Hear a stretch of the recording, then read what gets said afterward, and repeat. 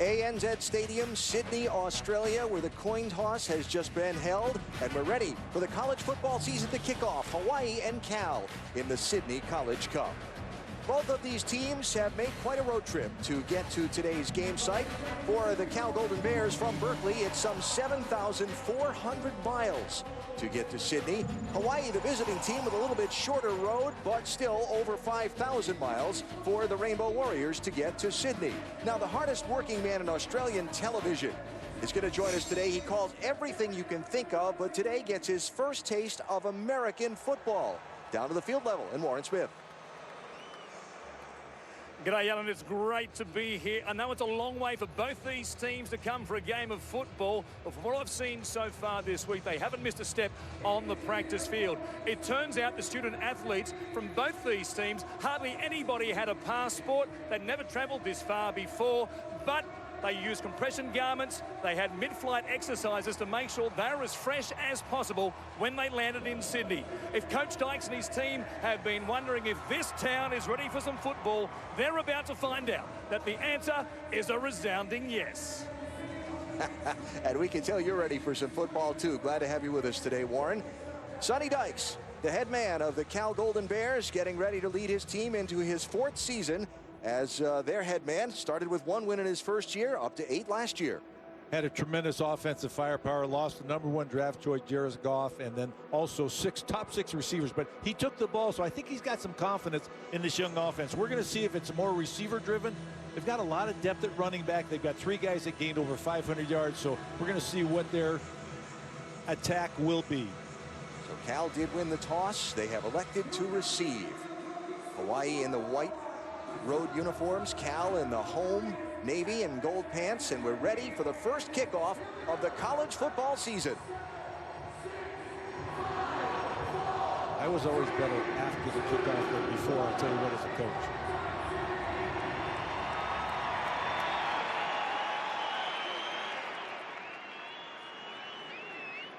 The formal countdown to kickoff. So Melky Stovall is back to receive. Rigoberto Sanchez with the onside kick attempt on the opening kick of the season, and it looks like Cal is on the ball. That takes a lot of courage by the Hawaii team to try that on that first play, but heads up by the Cal team. You've got to make sure you don't turn and run away. You watch the ball where it's kicked. Really pretty good execution right there. Great job by Cal to recover that onside kick attempt. Patrick Laird with the recovery of the onside kick. So Cal's offense onto the field, already up over the ball and ready for the first play from scrimmage of this new season. Davis Webb, the quarterback, in the shotgun. The Bear Raid offense goes to work. Webb with a deep throw on the first try. Down the far sideline. Ball is out of bounds. And obviously with Davis Webb, we talked about the fact they've added Jake Spavital, and along with Sonny Dykes and Davis Webb, they've all had various elements of the Bear Raid / Air Raid offense, so they're very comfortable. The terminology is a little bit different, but they understand the concepts. So Webb, the graduate transfer from Texas Tech. Remember his journey. Became the Tech starter, lost the starting job to Patrick Mahomes after he was injured. Throws to the near side, quick hitter there in the direction of Chad Hansen. Close to first down yardage for Cal. Chad is the only returning starter, guy with wide receiver experience, caught about 19 passes last year, but they're not going to mess around. The goal today is to run as many plays as they can faster than they did last year. Yeah, that's one of the things that Jake Spavital told us he wanted to do for this team, was the tempo was going to be even quicker than it was before. Again for Hansen on the outside, but stopped shy of first down yardage. Jalen Rogers, their best cover corner. That was a huge tackle because that stopped a fairly easy first down attempt, and they may have given it that first quarter. Oh, no, I thought they may have given the first down, but they got to go for it here. 4th down, and Cal goes for it. 4th and 1.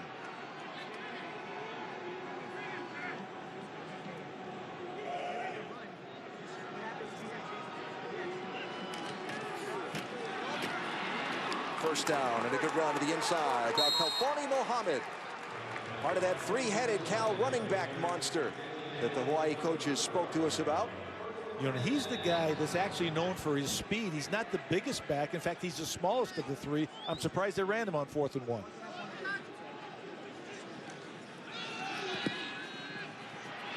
Webb with plenty of time. Overthrows the receiver and almost intercepted. He got a little impatient in the pocket that time. Actually got great protection. Got a chance to survey the entire field. Made somewhat of an errant throw, and lucky it wasn't picked off. Very lucky. Nice job by the defender there. Maggio to lay off. Had him lined up if he'd caught the ball. Here's the run. Again, it's Muhammad. He could go and will. Khalfani Muhammad with the Cal touchdown.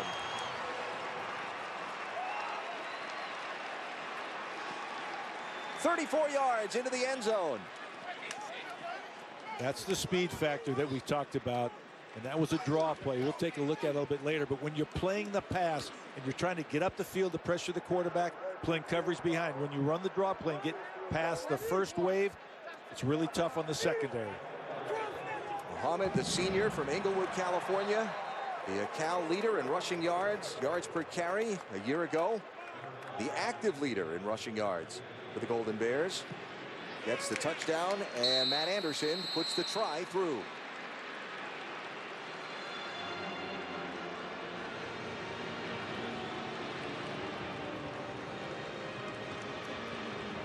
So Davis Webb's first drive as Cal quarterback winds up pretty well. Here we take a look. See the quick handoff there. It's just inside to pull the off guard. And then there was nobody there in the middle of the field. Obviously caught Hawaii by surprise. But great speed and ability to finish. So you can just run away. That's the speed. That's surprising to have a guy that's your 4th and 1 back, which is typically a power back. But you also notice a little slide there in the end zone. They talked about the field. It's fairly hard underneath, and it may become not as great a surface down the road. We'll have to keep an eye on that. So Muhammad only had 1 rushing touchdown in all of last season. He's equaled that already in the first drive of this season. And there are the numbers on the Cal scoring drive and the quick 7-0 lead. Cal talked about the fact that they felt like their offensive line and the 3 running backs, Trey Watson, Vic Inweri, Khalfani Muhammad, were the heart and soul, the strength of the team. They've got some young receivers, but they're not going away from what Sonny Dykes believes in, and that's spreading it out and throwing the ball. So now the unit running onto the field for Cal after the kick will be the unit that has been the one of speculation before the start of the season. What will the Cal defense look like? And of course the Hawaii offense will get its chance, and the big mystery there also. What kind of offense were the Rainbow Warriors going to show us? You're right. I think the real question is, Nick Rolovich has been working in the pistol running system, the I formation type thing. He is a run and shoot guy, which is typically an offset back, and he's talking about trying to marry the two, the pistol offense and the run and shoot. We're going to see after the kickoff what he comes out with. Noah Beto handles the kickoffs for Cal. Deep into the end zone and down there, and so Hawaii will start on the touchback. So what style of offense and what quarterback will lead it were questions leading up to this first game. The answer to the quarterback question is the 5th-year senior from Rodeo, California, Ikaika Woolsey. He was tabbed as the starter. He was originally recruited by Rolovich. Lost his job when Norm Chow went to more of a pro-style offense. Ended up getting to start a few games at the end of last season when Max Wittick got injured and didn't perform well. I wouldn't say that Woolsey's numbers at the end of last season were overwhelming, but he went into a competition for his job in camp and has come out of it on top. His stats are not going to impress you. He's less than 50% completion percentage, but the style of offense last year may not have suited him that well. He's on the leadership council. The coaches and players respect him and feel like he's the guy they will follow. They're going to try and tailor it more to his skill set this year.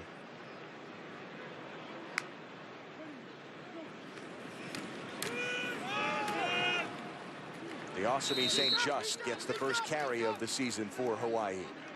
He's the most explosive back that they have, not the most experienced, hasn't played a lot, but the offensive line up front is the guy. There's 73 career starts collectively up front, and they think that's the strength of this football team.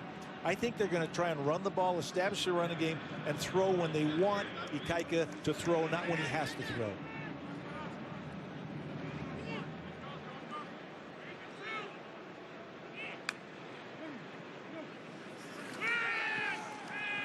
They want to throw here and throw downfield and over the top of the intended receiver, Dakota Torres, the tight end. Pretty good throw, and actually he was open. He turned a little bit. Sometimes receivers, if they can keep running, you tell the receiver coach, keep running. Don't turn your back to the ball because you cannot run as fast backwards. So that was a nice throw. I like the touch on that ball. Sets up a 3rd and long for Hawaii. So far, we haven't seen the pistol, which doesn't surprise me that much. He was a run-and-shoot quarterback at Hawaii. I think he believes in that, and I think that's what we're going to see from Rolovich. So they need the 35-yard line. I check that the 35-yard line here.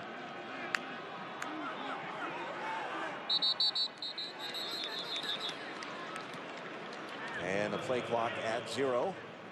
Delay a game. Offense. 5-yard penalty. Still 3rd down. Pac-12 officiating crew refereeing this one. That is on the quarterback. You don't know that in a new stadium, these guys never played there, where the play clock is. And so when you walk out before the game starts, you tell the quarterback, hey, where's the play clock both ways, so you know where it is exactly, so you never have the delay a game. That's on him. So the 3rd and 8 becomes 3rd and 13. Woolsey across the center, 1st down yardage. Into the hands of his backup tight end, Devontae Hager, into the game. Nice throw, nice protection, nice execution. It's tough to pick up 3rd and 13, and that's a big boon. That's a boost for the Hawaii offense, because getting that first down is really key. Hager figures to see a lot more playing time today because loose ball and fallen on by Woolsey. Hager figures to see a lot more playing time today because the scheduled backup tight end, Matui Selounga, and 2 other players on the defensive side of the ball have all been suspended for the game for disciplinary reasons. We'll talk later about the problems of taking a team in a bowl game-like atmosphere, but really having to play your first game and make it a business-like trip.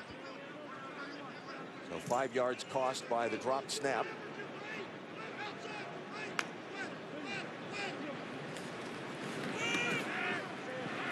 Woolsey stands in, throws downfield over the top. And a late pop put on the intended receiver. Here comes the flag. Marcus Kemp was the intended receiver, and he was whacked by Kari Vanderbilt, the California defensive back. Yeah, and that was unnecessary. You know, the rules have changed. You cannot target a defenseless receiver, and once the ball's past him, that's not a very smart play by the Cal defense. Personal foul, late hit out of bounds. Number 21, California. 15-yard penalty. That's an automatic 1st down. That was actually great protection, too. That was a pressure situation, and the Hawaii offense picked it up. But again, when the ball is gone past the receiver, when you do that type of hit, you're going to get penalized every time.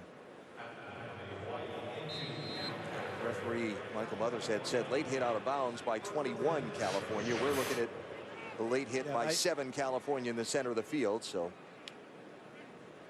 we'll assume maybe just a little number miscommunication there. Pass intercepted into traffic. Picked off by Cameron Walker for Cal. Great play. He's the nickel back, which is really like a hybrid defensive back. And not a good throw by Woolsey. And again, one of his issues last year was the inability to complete passes at a high percentage. So Cal was ready for the onside opening kickoff, went down, put it in the end zone. Hawaii kept the drive alive behind the chains, but now they've been picked off.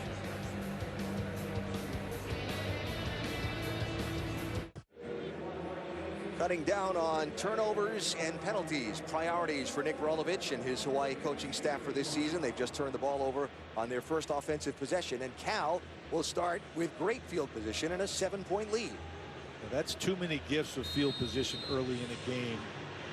Hawaii's defense needs to flex its back a little bit here and try to get a turnover, takeaway.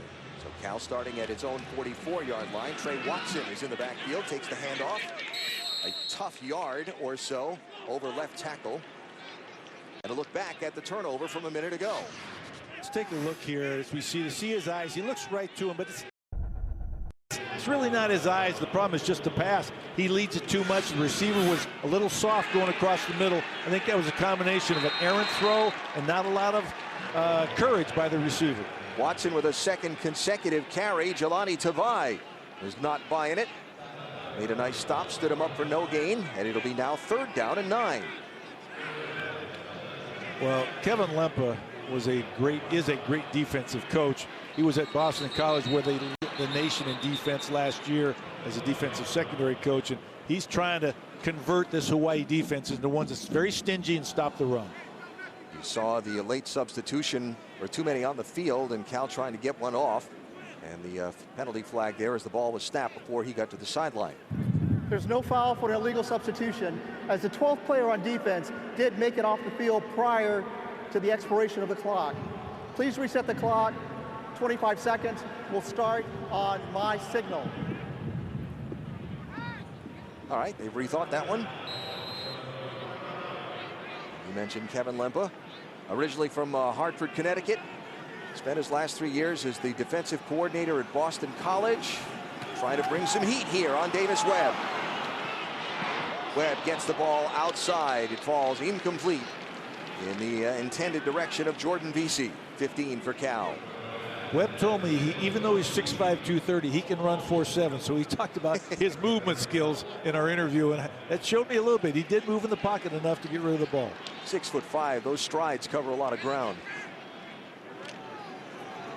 So the Cal punter comes onto the field. It's the redshirt sophomore from Malibu, Dylan Klump.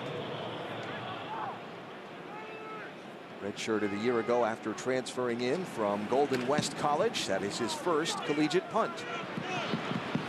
It'll bounce at the 13. Take a Hawaii roll and be down there.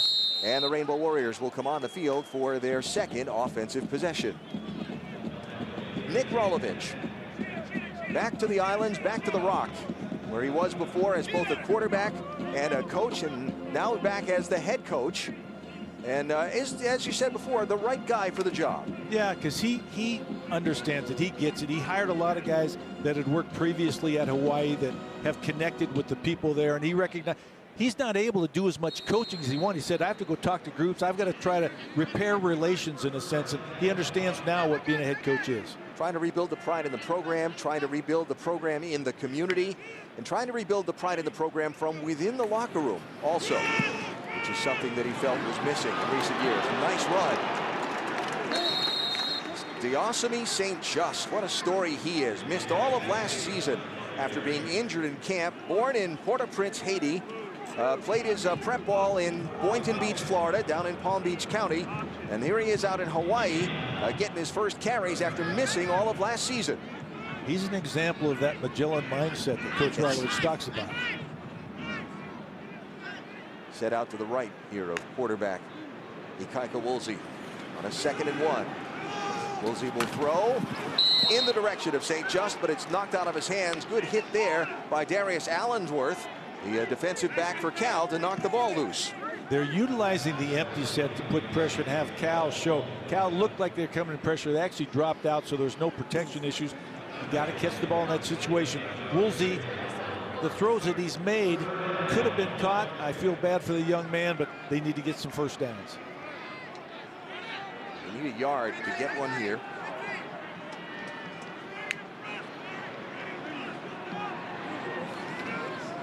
Just will get the carry.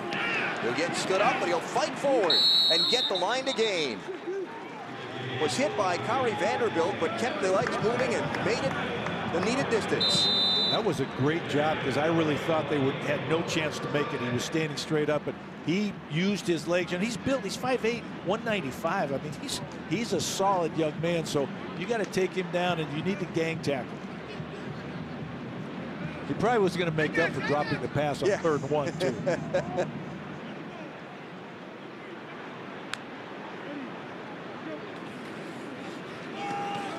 Hands again. St. Just have a nice gain on 1st down. We were talking about Nick Rolovich and what he wants to accomplish with this program.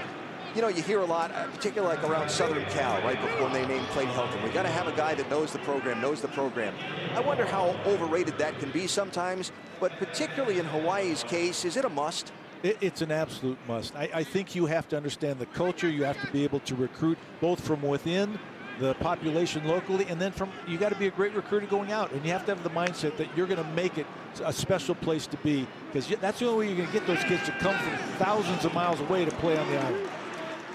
Pass into the hands of Ammon Barker, and he'll carry it for first down yardage. Ammon Barker, the receivers for the Hawaii team play left and right, and that is typically to allow you to go a lot faster, but that's also common in the run and shoot. Ammon Barker, one of the guys that they are looking for.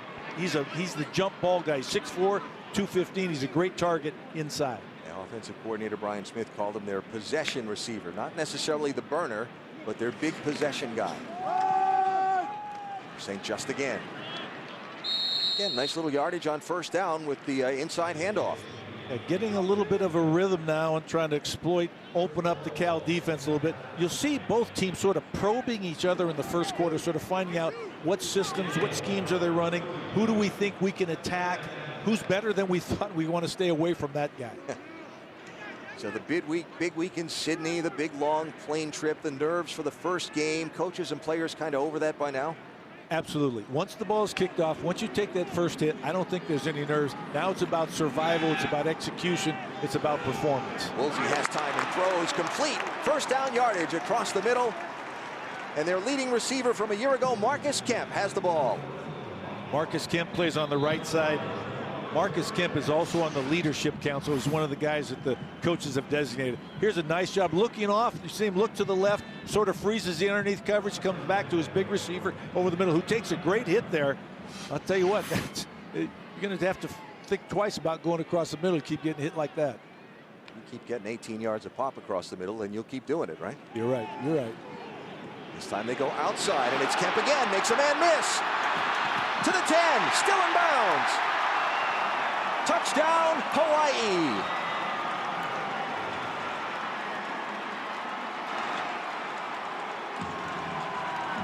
That was a great job by Kemp. It was a nice throw. Perfect timing on the throw that got him. But he makes two moves here that changes this from just an ordinary possession to a touchdown. What a shot of confidence for the Rainbow Warriors, too. Watch this right now. He's already eluded one guy. Look at that step and move right there to stay inbounds, sort of steps over, regains his balance. That's a tremendous job. Rigoberto Sanchez handles the point after try successfully. You can see the grass, the green grass, between the white cleat and the white sideline, so no question about it. And Hawaii ties the ball game halfway through the opening quarter of the season.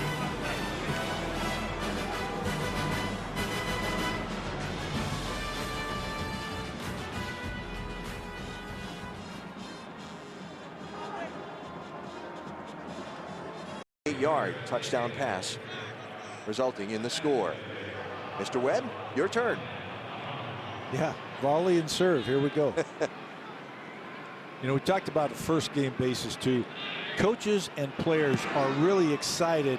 They're not scared. They want to find out how good they are. Everyone wants to see. They're tired of hitting each other. Offense going against defense. Really important to get this stuff out in the first game.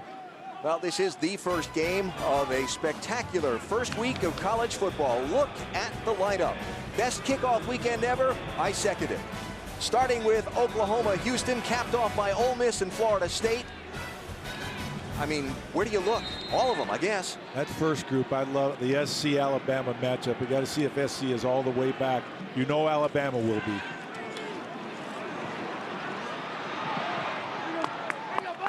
You know, I was reading over the menu of games, looking at some of the bullet points and some of the notes and so on, and I was sitting there trying to figure out what the overriding impression was of that. And then we got a piece of research from our staff. ESPN's Football Predictive Index said that Southern Cal has the most difficult college football schedule of the season. And why not? They're opening with Bama. I think they're one of the best teams in the Pac-12. I don't know if they can negotiate that schedule, to be honest with you. The game, I'll tell you, the game I'm really excited about is Florida State Ole Miss, though, because I think DeAndre Francois, we got to find out. Florida State is loaded, but they got a question mark at quarterback. Ole Miss has Chad Kelly. They got the quarterback issue, and they're really good. But that's SEC versus ACC, and Florida State's trying to reestablish some dominance. You know, Ole Miss, right? They have the quarterback, the receivers, the running backs, the offensive line, not as proven as before. Florida State, we know about the running back. Dalvin Cook is going to be spectacular. Heisman candidate for sure. What we don't know about is the quarterback. You're right, and I'll tell you what, Dalvin Cook is a magician. He understands blocking schemes so well, and they do a great job. But he makes the lineman look really good because he sets up a ton of blocks. He is fun to watch, isn't he? Chad Hansen gets the first down yardage on the swing pass from Davis Webb. Back to SC Bama, right? Who's going to play quarterback for Bama? Have you ever seen a preseason where there were so many quarterback competitions and we didn't know who the starter was going to be for these high-profile programs? You know, normally I would say that would be a problem if you didn't know who your quarterback was, except with Nick Saban at Alabama, it has not proven to be a problem. He's had first-year starters. They've won national championship. So the reality is, I think that usually would be a problem, and I grade a person down. Not for him. Let's take a look at it. They finally get some pressure here, and I think almost this ball gets tipped. It's really scary when you hit your offensive line, balls up in the air. Just want to get it down on the ground. Live to play the next down. Sorry, Coach David Manoa with the pressure for Hawaii. Webb goes right back to the air. They're tangled up. Referees are reaching for those flags. Jamal Mayo going to get flagged for interference. Never look back for the ball. Now that's pretty tough. I'll tell you what, I'm an offensive coach, but I don't believe the defense has a chance in these kind of situations. But the receiver made a great play. He tried to look, he looked back for the ball, and unfortunately too much contact by the defender.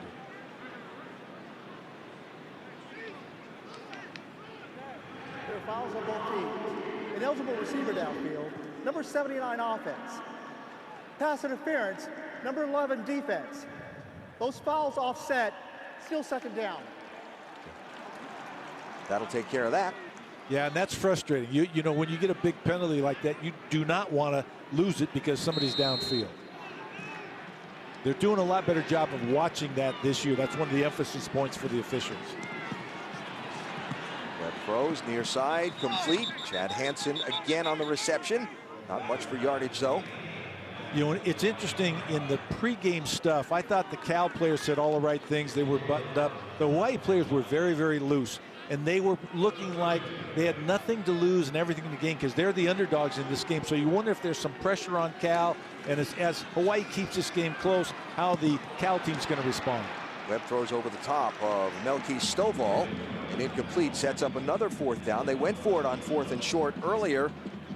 Looks like they're going to try it again. Yeah. No pain, no gain. Go for it. What the heck?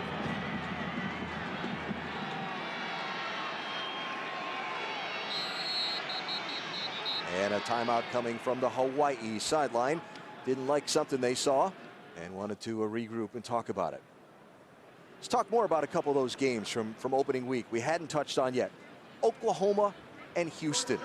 Fascinating game, isn't it? I don't think when Bob Stoops and the Oklahoma staff scheduled that game, they quite counted on Houston being this good. No, well, Herman wasn't going to be there, and Ward wasn't going to be there, didn't know about it. So, yeah, I'll tell you what, Oklahoma's loaded. Baker Mayfield, and they have answers at every single position. Houston has lost some people up front, which scares me a little bit, both the offensive and the defensive line. They have skilled people. I saw them dismantle Florida State in the bowl game last year, so that's going to be interesting. The group of 5 people are really going to watch that game. Absolutely. So that one of the games that will kick it all off in the best opening weekend ever for college football. One of the things that's been a byproduct of this whole college football playoff and the things the committee views as important are these great non-conference matchups we're seeing early in the season. So 4th and 3 here for Cal at the Hawaii 25.5-yard line. Under pressure, Webb throws and caught for a first down. Vic Enweri gets the catch and moves the sticks for the Golden Bears. Nice job. That's very impressive by Davis Webb because he didn't come out of that clean. That's a play action where it's a bootleg. He doesn't have any help there, and he had to buy time, allow the receiver to get open underneath. Nice job, nice execution.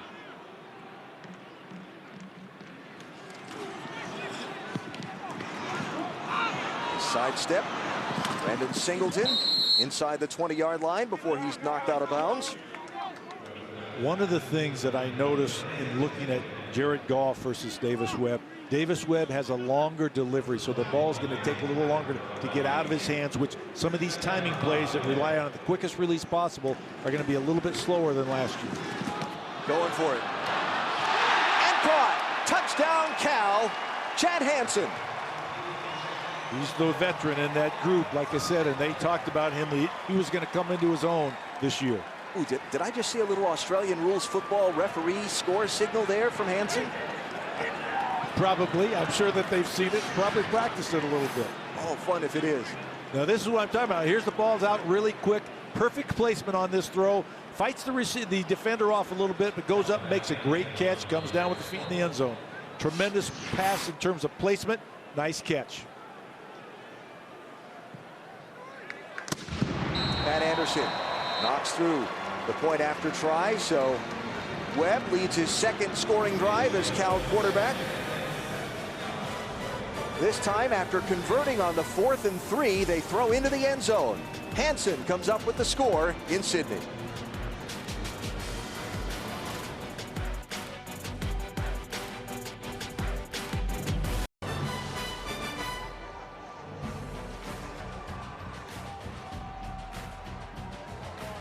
They have some beautiful beaches in Sydney. This is Newcastle Beach, one of the best surfing areas around town. Some folks having fun at ANZ Stadium as Cal has just gone ahead of Hawaii 14-7. Cal 3 possessions, 2 touchdowns, and 1 3-and-out.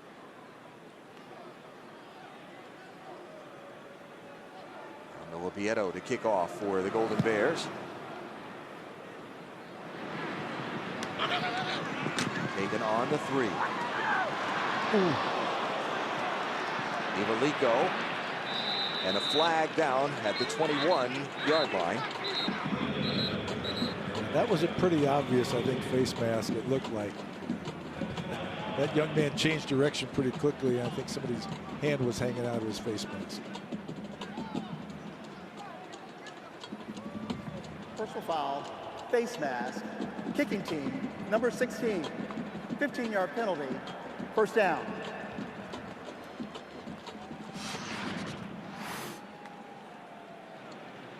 Yeah, this is what you don't want to do. Yeah, that's not good. It's dangerous for one thing to both players, but you just want to avoid and eliminate penalties, especially on a kickoff, because it gives them great field position. So Kellen Ivalico brought the ball out to the 21. They tack some yardage onto that. And the Rainbow Warriors start from the 36-yard line, trailing Cal by 7. Let's see if Woolsey can keep the hot streak he's had. He got a little rhythm and tempo with his wide receivers going. 4 of 7 passing so far. 1 touchdown, 1 interception. He'll hand off. Ball is on the ground. St. Just put it on the ground at the end of the run. The question was whether his knee was down. We can't tell from what we saw, but he obviously came up looking like, where's the ball? I think I lost it. Yeah, that'd be your biggest visual evidence there, right? And a white jersey player comes up with the ball out of the pile. Big relief for Nick Rolovich. I think somebody flashed in there from the backfield. Let's see. Oh yeah, it's out completely. Really right down at the bottom underneath the Cal players. They didn't know it was out there. Give him 6, 2nd and 4 after he lost 1 on the fumble.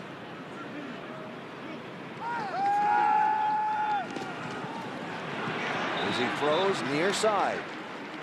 Caught out of bounds. Dylan Colley gets his first grab, the redshirt sophomore from El Dorado Hills, California. This is vintage spread offense right here. We haven't seen any pistol at all, and I wouldn't be surprised if they did some at some point, but it's primarily just a spread. It's not really the run and shoot because they're not moving the pocket similar to the way we talked about the pistol here. It looks like they're lining up in it. Oh, they came out.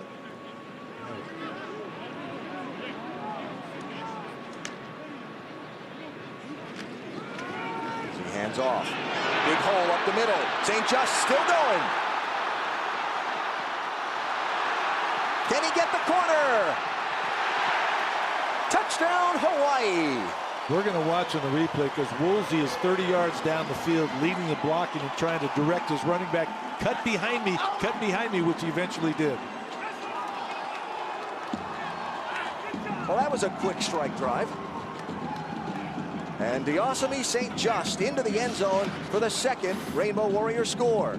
This is just a simple type of read. They trap inside with the tackle, come down, but Cal's defense inside right now is getting handled, and they're penetrating too far on the outside, so they have nobody to squeeze that hole down. And there was 11, the quarterback, like you said, waving, come on around, come on around. Sanchez with the point after try, and a tie ball game. They talked about Diosami was going to put on a show, they thought. He has that speed here. He does a nice job of cutting back, and that's Ikaika right there down the field blocking for him. And he's got the speed and the ability to finish, which is what you want in a great back. So 3 plays, 64 yards, and a score in 1 minute and 17 seconds. And the 53-yard touchdown run for Diosami St. Just gets the tying score for Hawaii. Dykes is asking about something. A coach talking to a referee about something. Hey, you're not seeing this my way. What's up? Well, you're right. I think he was discussing. It wasn't the weather, I can tell you that right now. Yeah.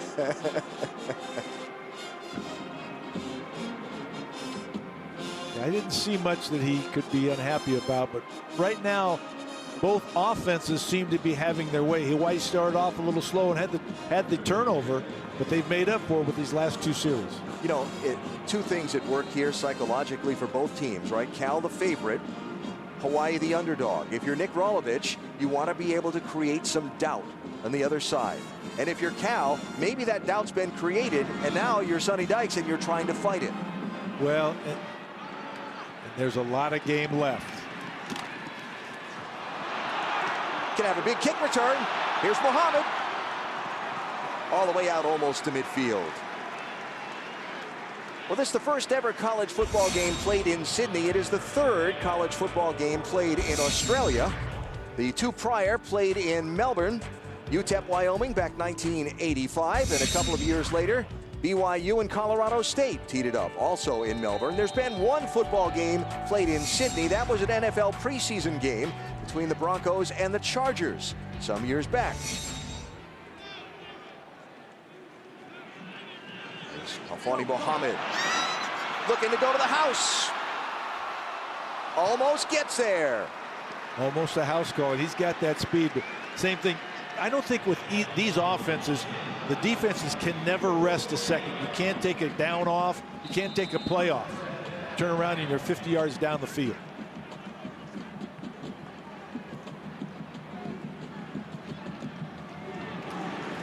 Quick strike near side. Hansen, well read though. Nicely defended there. Is that Jalen Rogers again? His jersey is plenty dirty. He's been involved in a lot so far defensively for Hawaii. He's their best cover guy, but he looks to me to be a great tackler too, coming up in the open field. Talking about the route he wants or the combination on the outside, that signals to his receivers.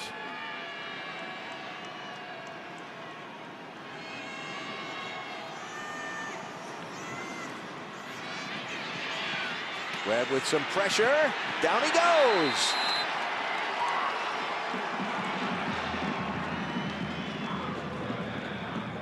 Samuela Akuteo with the sack for the Rainbow Warriors. Nice job. This is just an effort play by Akuteo. He's just continuing to fight, comes around the corner, and then just grabs his jersey really and finally just pulls him to the ground. A good thing because I think the receivers were coming open at that point.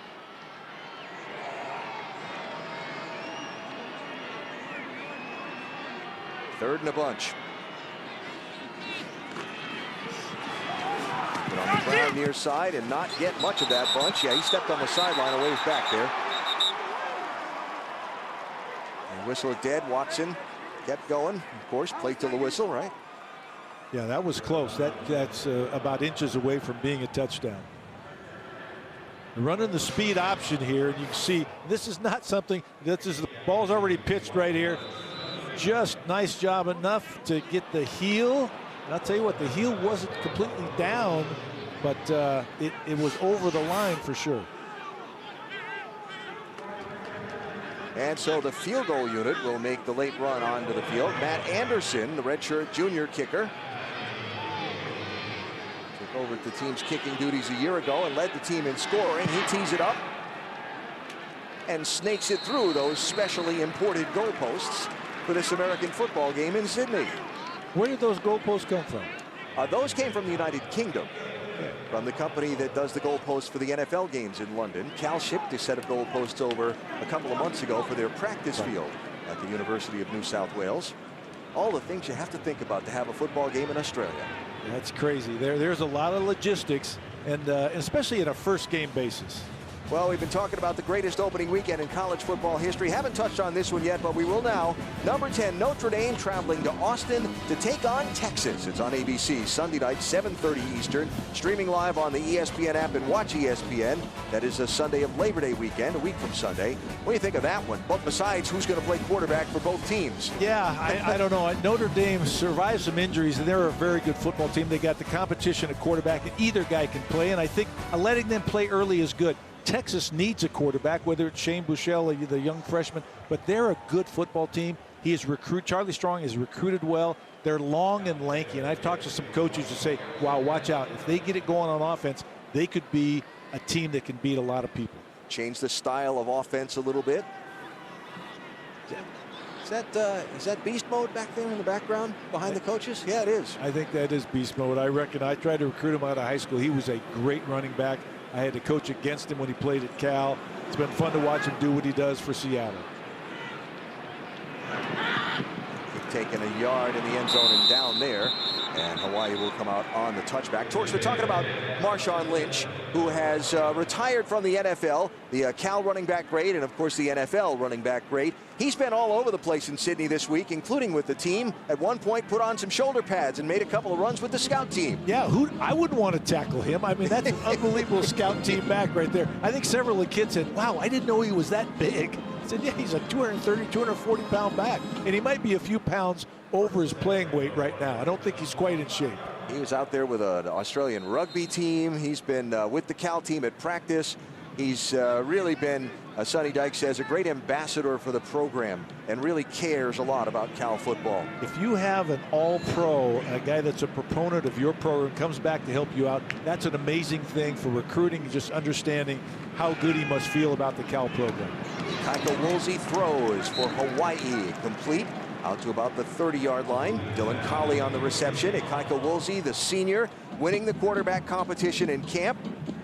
Coach Nick Rolovich said he took it well, being told he was going into a quarterback competition with a redshirt freshman and a sophomore, but he won the starting job. And despite the one interception earlier in the game, you'd have to say he's performed pretty well.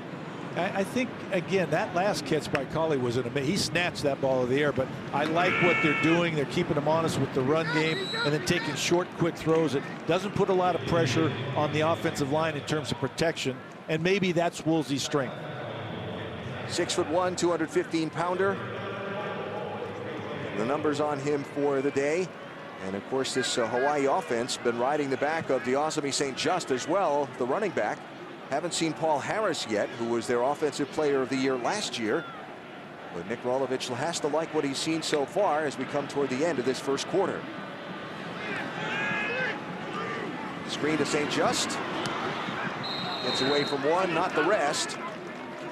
And that will stop the clock with 25 seconds to go in this first quarter. Yeah, I'm surprised we haven't seen Harris because he was their big ground gainer last year. And even Laka is supposed to be healthy and back, and he's the one-cut guy, another guy on the leadership council, and is their best guy in pass pro. So I assume over the course of the game we may see all the running backs for both teams because they've talked about they utilize them differently. There is Paul Harris, a fifth-year senior, and a timeout taken on the field.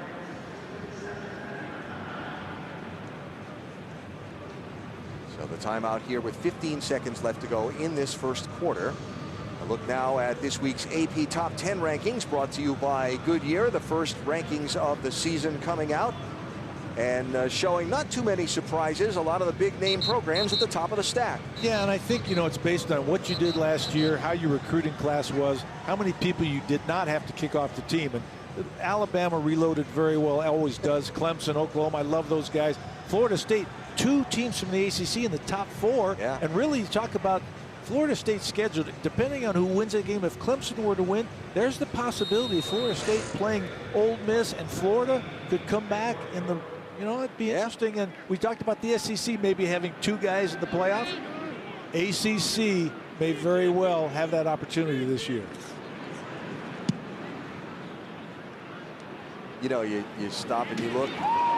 Good coverage on that kick. And the Cal will start with its worst field position of the game so far. You talk about the college football playoff already, and everybody's trying to predict which conference gets left out.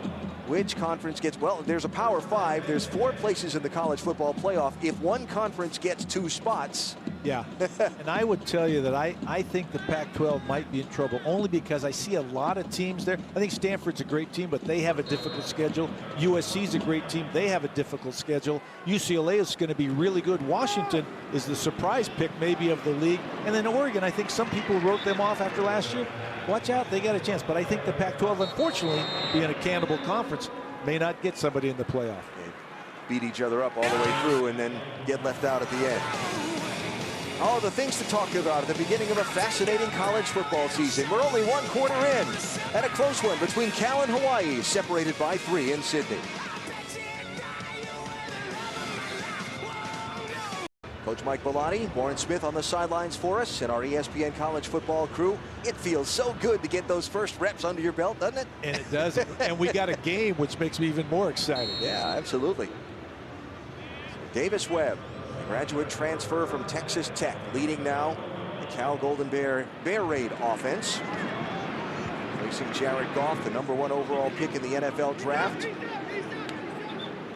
You know, I think Cal can take what they want in the running game. Hawaii is a little bit lacking depth up front in the defensive front 7, and Cal's offensive line is 84 career starts between them. They're a veteran group. They put the big tight end in. You can see him there, Malik McMorris, 5'11", 310. Now, that's a guy you don't want to take on in the blocking scheme.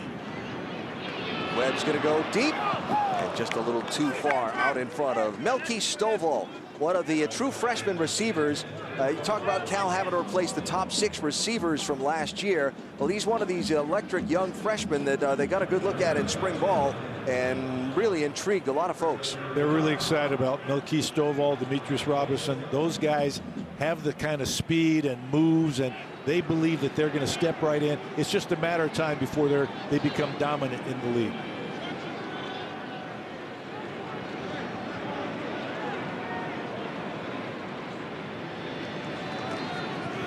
Run on 3rd down.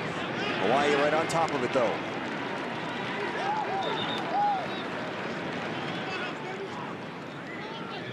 So another 4th down for Cal. They went for it twice in the game, 2 for 2. They kicked the field goal on the last one. And looks like the kick team is going to come on again for the Golden Bears, but this time it'll be the punt unit. And understand that when your defense stops somebody, your offense gets fired up. When your offense scores points, the defense gets fired up. So the team feeds on each other. And obviously, as the underdog, Hawaii's got to take advantage of any opportunities they get from a field position standpoint, a momentum standpoint. John Ursua back to receive Dylan Klump's punt. Will take a bounce and go out of bounds. And Hawaii will take possession of the ball inside its 20-yard line. Just underway, 2nd quarter in Sydney. Cal leads by 3.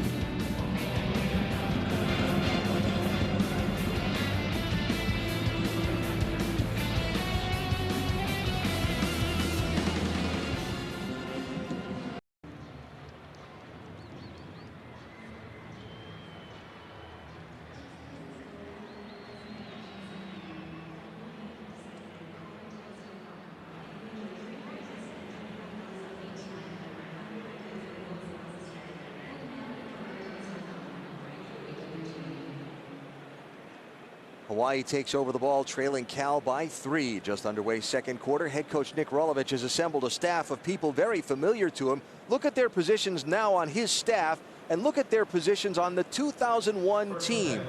Of particular amusement to me, the fact that now offensive coordinator Brian Smith was the center, passing the ball to Rolovich back then. Your teammates, the guys that you play with, you learn to trust and believe in. If they've gone into coaching, they've obviously talked to each other over time. He wanted to hire him, he brought him back. Over the middle, receiver not looking around for the ball, falls incomplete. trying to rebuild this Hawaii program.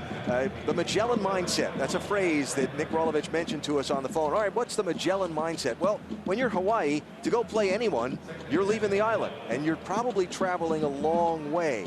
And he wanted his team to be free to the exploration of the world through football. He said, you know, you can open the door to the plane and get off and be scared out of your mind, or you can get off and embrace the opportunity. And I think he's looking for guys that are willing to take that chance to go out, who want to explore, who want to discover, and also coaches that are willing to go anywhere to get the type of player they're looking for. John Ursua with the grab on the nice pass from Ikaika Woolsey, and a first down for the Bows. He is their slot receiver, and they call him electric. They feel like he's one of the guys that can make plays, can separate from anybody. Nice catch there. I'm not sure how he got open that much, but nice job at catching the ball. There's Woolsey with the keep. Something that Brian Smith, the offensive coordinator, told us they were going to begin to sprinkle into the offense a little bit. Well, because he's a sturdy guy, but he did a great job of getting down to protect himself, his body, and the ball. That's one of the things you teach quarterbacks. No matter how big and tough you think you may be, don't take unnecessary hits.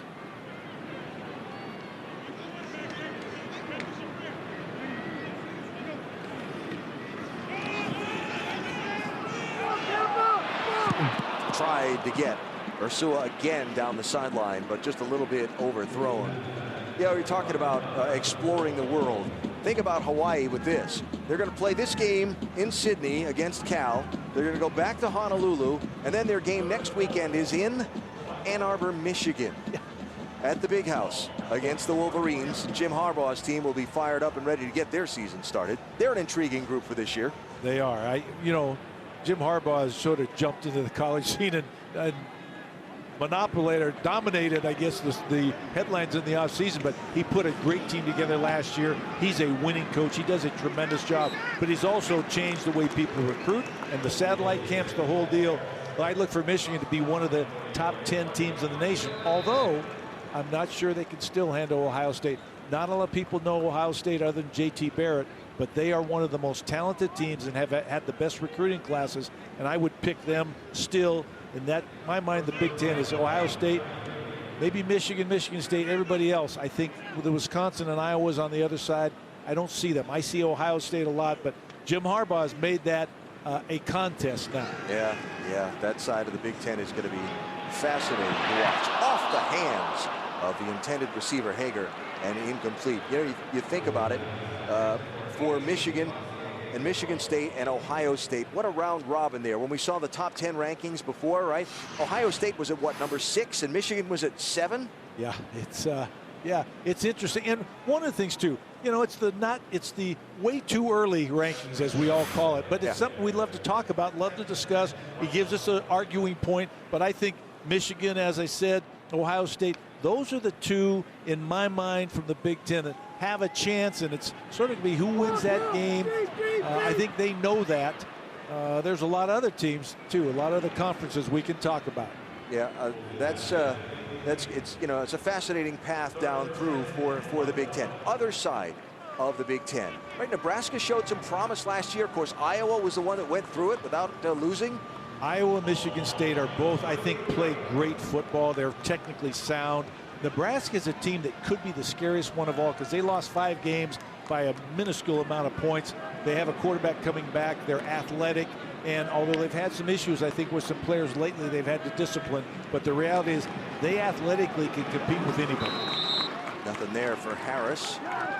Get into the game on this offensive possession for the Bows. And it brings up 4th down, and this drive stalls out for Hawaii. Fascinating season. So from Sydney to Honolulu and off to Ann Arbor for Nick Rolovich and his team. That game a week from Saturday. So I guess that would be a week from tomorrow in the States, or is it actually part of today already in places in the States? I get this time difference thing mixed up a little bit. I don't know, but taking your team across the nation is one of the most difficult things, and they do it quite a bit, and they have to do it very well. Rigoberto Sanchez handles all of the kicking duties for Hawaii. Kickoffs, point after, punting, drops that one inside the 10-yard line. Nicely done by the senior from Hamilton City, California. Cal leads by 3, second quarter in Sydney.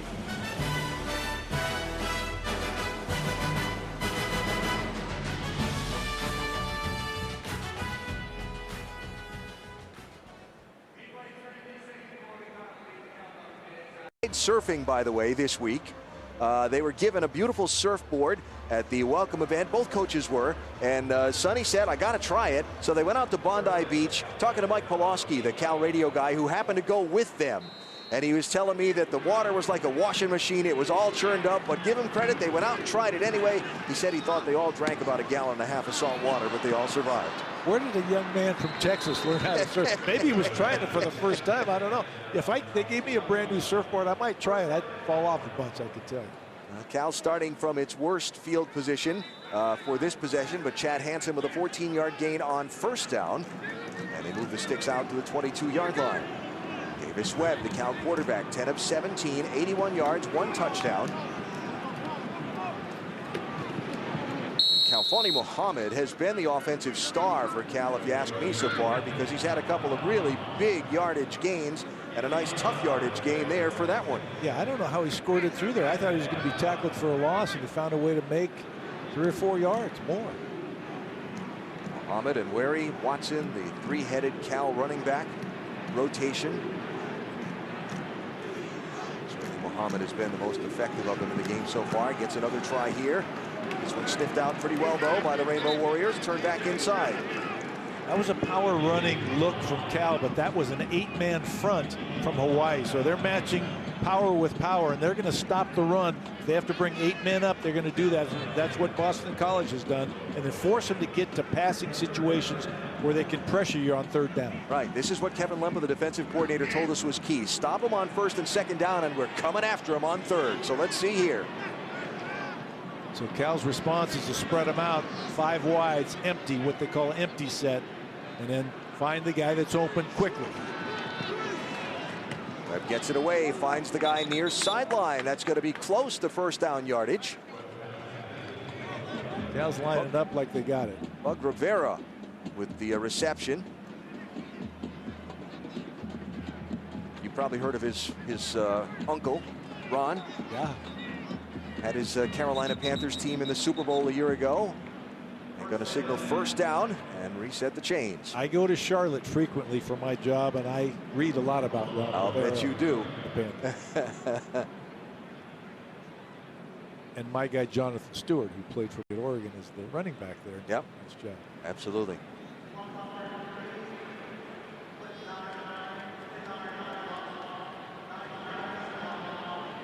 Just a little reset of the clock going on here, which is why the stoppage. They sort things out. All right, here we go.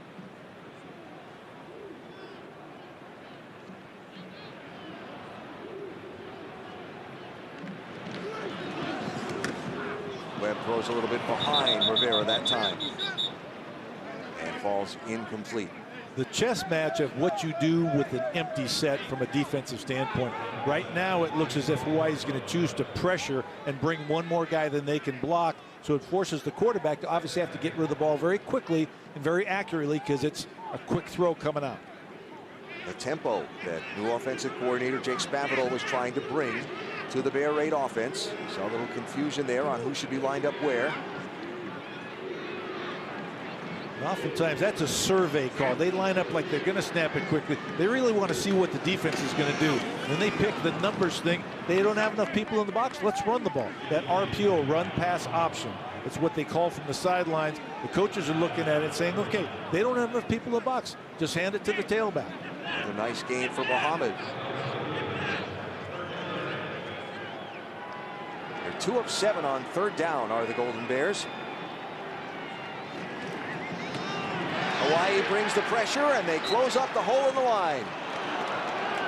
That's a great job. This 3rd and 3 should be offensive advantage, but Hawaii dominated up front, came off a block, and made the play. Russell Williams, 44, with the initial contact for Kevin Lempa's group. And job well done by the Hawaii defense to shut down the Cal offense on this possession.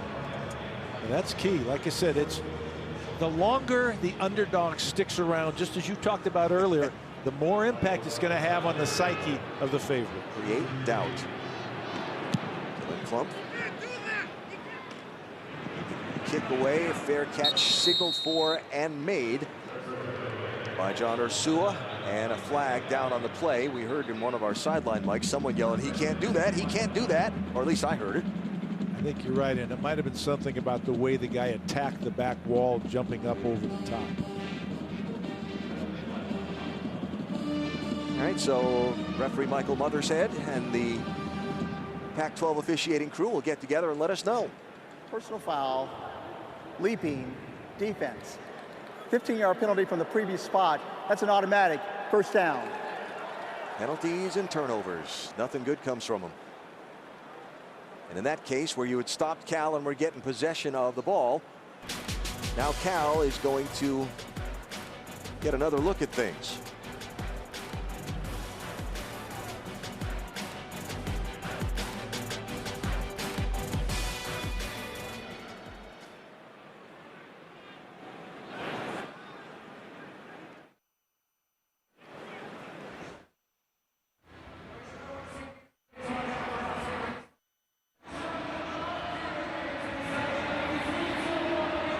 The ball, retains possession of it with 8:07 to go in this second quarter and a 3-point lead.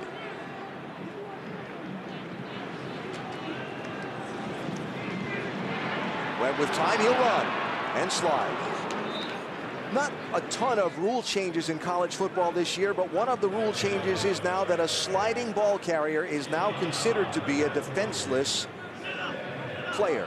Right. So you got to make sure you don't lay a licking on that guy when he's sliding feet first to the ground like that. Once he goes into that slide, he is protected. Correct. Cal's been a little stagnant recently on offense. They need to take advantage of this field position and translate it to points. First down yardage there. Trey Watson on the ground. He'll get inside the 35-yard line. Nice run for the junior from Corona, California. Had a big finish to last year. Averaged 89.8 yards per game in the last 4. How about this one? Last year the team was 6-1 when he had at least 8 carries, 2-4 when he did not. That was just his 3rd carry of the game so far. The throw to the outside to Chad Hansen. Chad Hansen, the coaches called it. They said they really looked for big things from him this year, and they thought he was the leader of that young group.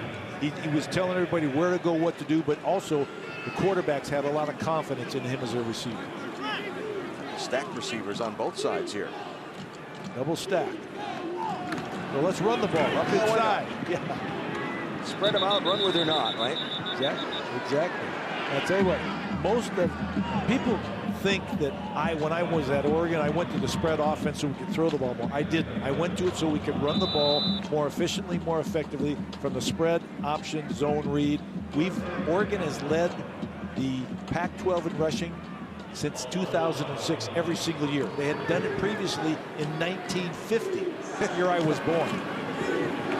So that's why you spread people out, to create bigger seams to run the ball. Off the hands of Melky Stovall, and he took a pop there while trying to pull that one in. The true freshman from Lancaster, California. Yeah, it's fascinating you talk about that, because really isn't what offensive football all about is deception. Absolutely. And I think, well, if you have the best, biggest, fastest, strongest athletes, you can run when people know you're going to run. You can throw when people know you're going to throw. If you don't, then if you put a little bit of doubt in the mind of the defender about whether you are running the ball or throwing the ball, that slight hesitation can give the offense a significant advantage. Nick Morton with the grab, just shy of first down yardage though, spotted when he came back to get the ball. So a 3rd and short here for Cal, who have struggled to convert on 3rd down in this game so far.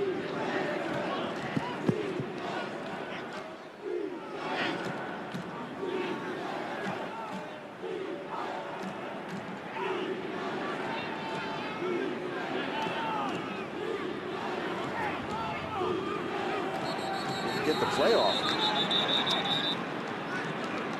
I was just thinking they were just waiting and waiting and waiting. And by the time he reached down with that signal to the center, the play clock was less than 2 seconds. They called the timeout, gave him the timeout. The coach from the sideline saw it and they called it. And that's one of the things, even though Davis Webb is an experienced quarterback, he's not experienced in this system. So he's trying to process, and they're trying to get the right play in, trying to audible based on what the front of Hawaii was doing. And I don't know, okay, it looks as if coach is asking, hey, how come that was called, or why did I have to do it? When's the clock being reset? All those type of things. All right, well, while they sort that out, coach continues his conversation with the referee. We'll talk about the best opening weekend ever in college football. It is this week. Look at the lineup of games. Pick one. You probably want to pick them all to watch because they're all terrific. Starting with Oklahoma-Houston, concluding with Florida State and Ole Miss from Orlando. All coming up in the next week and a couple days on the ESPN networks and on ABC.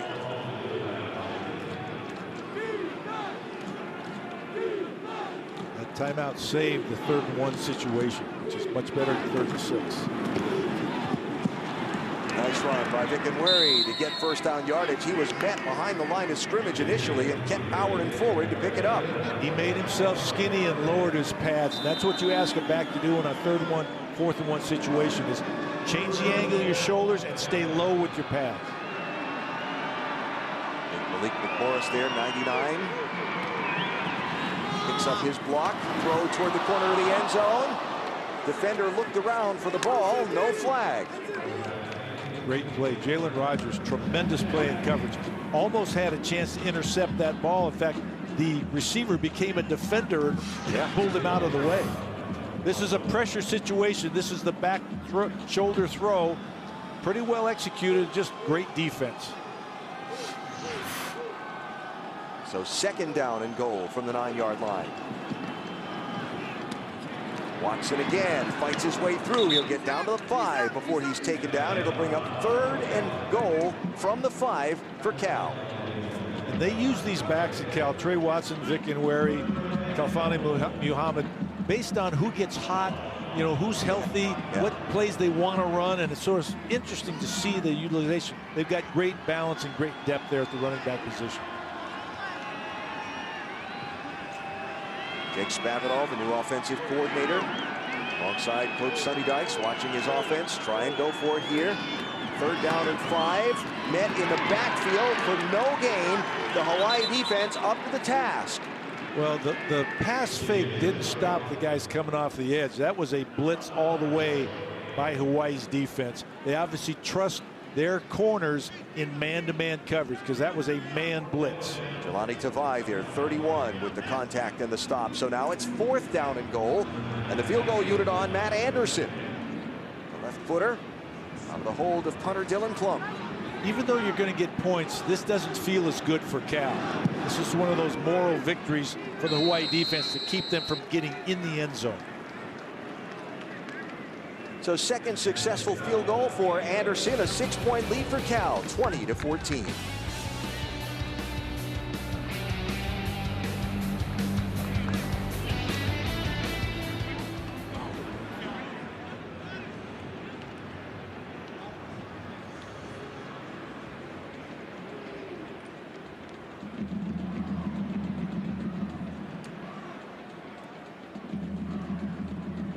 And let him get the 3. Exactly. You mentioned the Hawaii penalty, which was crucial. It still allowed them, Cal, to get points on the board.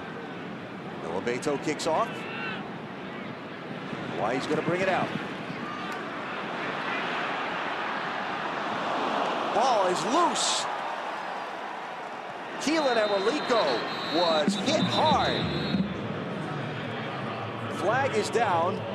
We'll check the marker. Cal has the ball off the fumble. Check out what the penalty is. I'm not sure. It came with that big collision of the 2 or 3 guys. I don't know if there was helmet to helmet or there was some type of face mask. We'll see. Holding number 58 and holding number 38. Those penalties are declined. 1st down.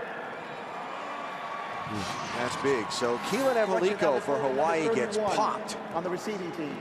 He was carrying that ball awfully loosely, wasn't he? Yeah, he was. And unfortunately, when you don't want to go up in the air unless you're trying to score a touchdown. You want to protect the ball. He also flew his arm out away from the body, which is one of the no-nos that you do as a running back or returner. And those Cal ball hawks went right for it. They got that ball out clean. The penalties were back against Hawaii holding much before that. Ron Brown with the hit that knocked the ball loose. Trey Watson. Is that Watson? No, that's Chad Hansen, who quickly makes the Bows pay for the penalty and the fumble. Well, Cal came up with a great call there, getting the pressure look, getting all the press coverage. They ran a little wide screen where they go out and block the guy covering the receiver. He comes back in, and once you break clean that jailbreak screen, that's exactly the way that finished for them. A jailbreak all the way for a touchdown. 34 yards from Webb to Hansen. And now Matt Anderson on for the point after try. That's that quick strike offense that Cal, the air raid, bear raid. Turnovers don't generally lead to anything good, and this one certainly didn't for Hawaii. Let's take a look at the top of your screen here. You're going to watch the receiver go out and block for the other guy, and then the ball is out real quick. They've got 3 receivers to the field. It's that empty set that we talked about. We're going to look right here. So you just go out and block, and that's all he does, come back in. The linemen get in front, and they make the great block right there. And then there's nobody there. Once, because the other defenders had come out to cover the 3 guys down at the bottom of the field. They've gotten away with a lineman downfield on that one. Well, that pass is thrown, though, at the line of scrimmage, so the lineman can actually be downfield. That's why defenders hate screen plays, because linemen can come down and block, and they see a pass, but if the pass is completed behind the line of scrimmage, as we talked about. Here you can see look off. Nice job of looking off by Davis Webb. There's the pass. And those guys, once the initial screen gets started, it's very difficult to stop. If you can stop it before he gets that head of steam, you got a chance. Now Chad Hansen having a big day for Cal. His 9th reception for 101 yards into the end zone. And Davis Webb delivered for the Golden Bears.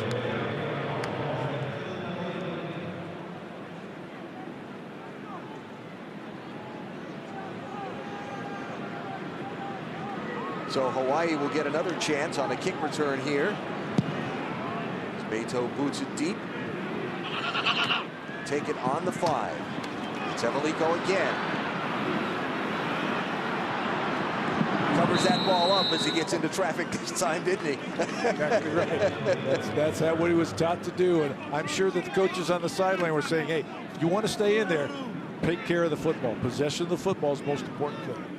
Numbers on Ikaika Woolsey, the Hawaii quarterback in this one so far. What have you thought of their offensive performance in the first half? I've been pleased. I think, again, he's completing not too much greater than last year, but he's had a couple drops, had a couple passes thrown under pressure. But I think the fact that they have scored some points, they obviously need a response now, because a 2-score game at this point. They have 3:35. We'll see if they can get one in before the end of the half. Asami St. Just again on the carry.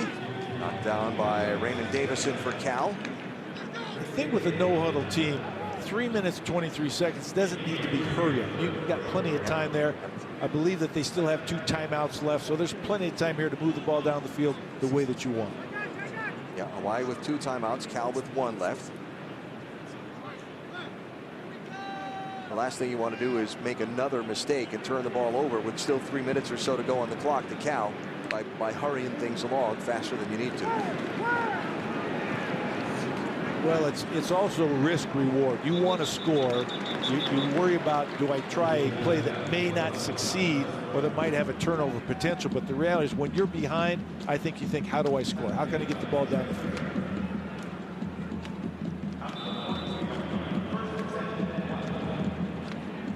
And as far as what kind of offense are we going to see from Hawaii this year, I think so far it's been answered that it's going to be spread it out, but be patient and hand the ball off a lot.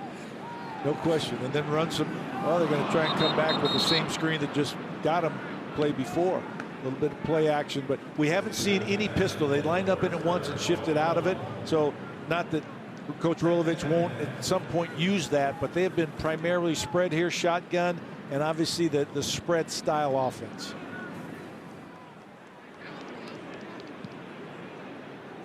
Hawaii's put up 222 yards of total offense in the half. They only averaged about 448 last year for a game. So for as successful as the first half has been,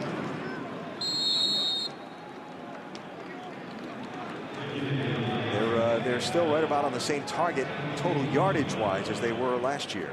Yeah, I think it's just more, let's see how they finish this game. It's how you start it, but if the old adage is how you finish. I think we'll sort of see what adjustments they can make at halftime. Can they get some type of score on the board here, or certainly not allow Cal to get any more points?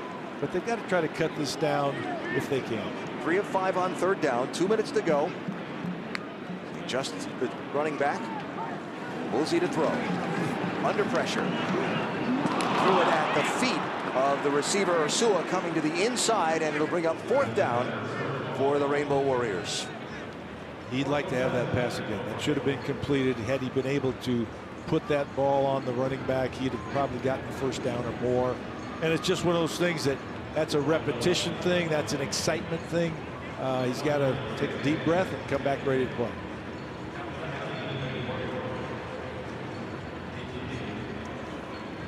So the punt team on for Hawaii. And again, that unique situation of Rigoberto Sanchez, who does not only the field goal kicking and the place kicking, but the punting.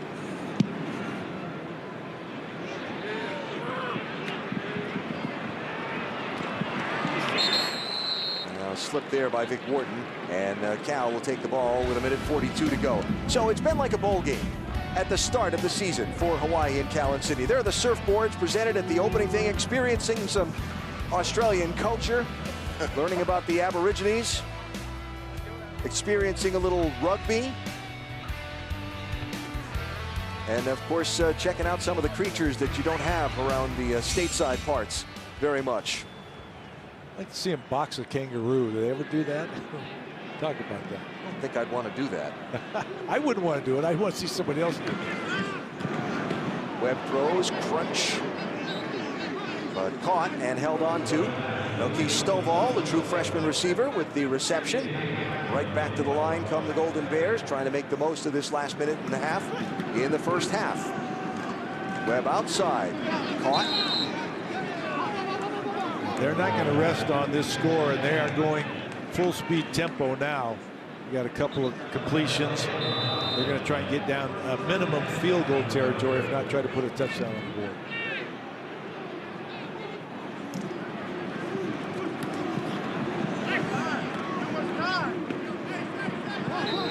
Hansen with a 2nd consecutive catch. Couldn't turn the corner and get away. The defense did just what you want to do, tackle them inbounds at less than the 1st down marker. That keeps the clock running. That's your ally, the sideline and the clock here. Flag going to come in on this one, and we'll check the penalty. Talking about at least get a field goal. Matt Anderson's career long is 48, so to get that one, you've got to get the ball down to about the 31-yard line. There's a flag right here. I think it's pass interference or holding. Holding. Number 19 defense. 10-yard penalty. That's an automatic 1st down. Jalen Rogers, who has been certainly prominent in the Hawaii defense in this one. California. 50 seconds to go. Ball shy of midfield, 47-yard line.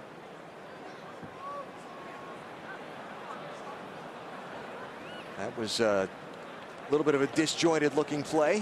One of the things now, you sort of say 1st down, touchdown, out of bounds, or throw it away, because the clock becomes your enemy. We talked about the fact that Cal still has a timeout left, but they typically may want to save that if they get caught somehow. They'll have to burn it if they get sacked. You know, one of the things I'm thinking about right now, I wonder how many of the Australian fans sitting in these grandstands understand what's going on with the timeout strategies and so on. Nice run all the way down deep into Hawaii territory for Vic Wharton. Vic Wharton did a great job there because he tiptoed the sidelines, and twice he could have stepped out of bounds. He made the guy miss, stayed in bounds, and kept his feet going. That was a huge play because that got them a lot of yardage. Now they got chances to do what they want to do. Timeout for Cal. And by the way, they're in field goal range already. Second career catch for Vic Wharton. They're going to be talking about the plays that they'll run now. They have no timeouts left, so they're going to talk about the need to take some shots, be ready to spike the ball, that type of thing, to stop the clock. So they've got a group of plays they're going to talk about running down here. Depending on this, you run this, and then think about spiking the ball. Don't take a sack. All right, so see what the Cal coaches come up with here as they get ready to come out for these final 37 seconds. So from each side, Coach, what are you talking about at halftime? Let's start with Cal. Well, I think Cal didn't have a good start. They've been helped by some penalties and turnovers by Hawaii. So the reality is they got to play a little stouter on defense. Got to clean up some of the protection issues. Hawaii needs to not make mistakes. Penalties and turnovers have hurt them dramatically in this game. It's probably an even game with the exception of the 2 turnovers.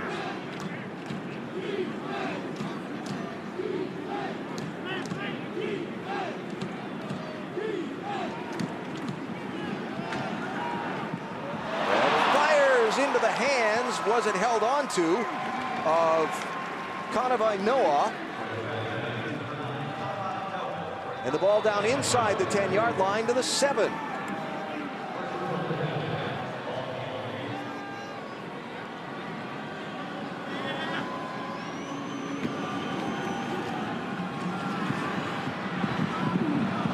Oh, tripped over his feet. Had Noah trying to run the curl, and he just tripped over the feet of the defender and went down. Second down, and you've got 16 seconds. You're thinking 6 to 8 seconds per play, depending on how snapped and how quickly the quarterback gets rid of it. So you're taking about some timing routes, throwing them into the end zone, the fade route, the back shoulder throw, things like that. Flag. Ball out of the reach of either the defender or the receiver, but Hawaii's going to get tagged with offsides here, and the ball's going to get a bit closer to the goal line. Yeah, half the distance to the goal, probably. 13 seconds, got to be a little bit aware. Offside, number 44 defense. 5-yard penalty, still second down. 4th penalty of the game on Hawaii. So you can get 3 downs in if you get the ball thrown quickly and the play called blown dead quickly. A long run cannot happen if it takes too much time off the clock if it's going lateral. See if they got something going on the trips down low here. Webb's going to try and keep it. And powers his way into the end zone for the touchdown. The big fella just pulled the rest of them in. He got a little help from one of his players who helped push the pile in. That's a huge play for Cal to come down and get that score before the end of the first half. It drives a stake in Hawaii's heart. It's a longer way back now. You just finished talking about you can't have the long run, and when Webb first got stacked up, I'm thinking, oh my goodness, and then he found a way to push it in.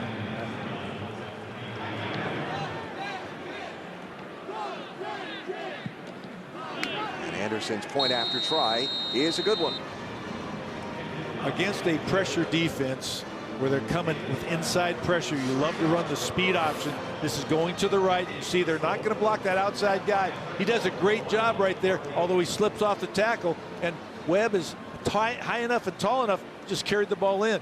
Had he pitched it, the other guy might have gone in by himself right here, but the nice scrape by the safety though. So he did the right thing, and his own momentum, his strength, carried it in the end zone. Over that shoulder on Damian Packer, the safety, and pushed his way through into the end zone. So 34-14 for Cal with 7 seconds to go before halftime. First half numbers on Davis Webb: 20 of 32, 219 yards, 2 touchdowns, and no interceptions.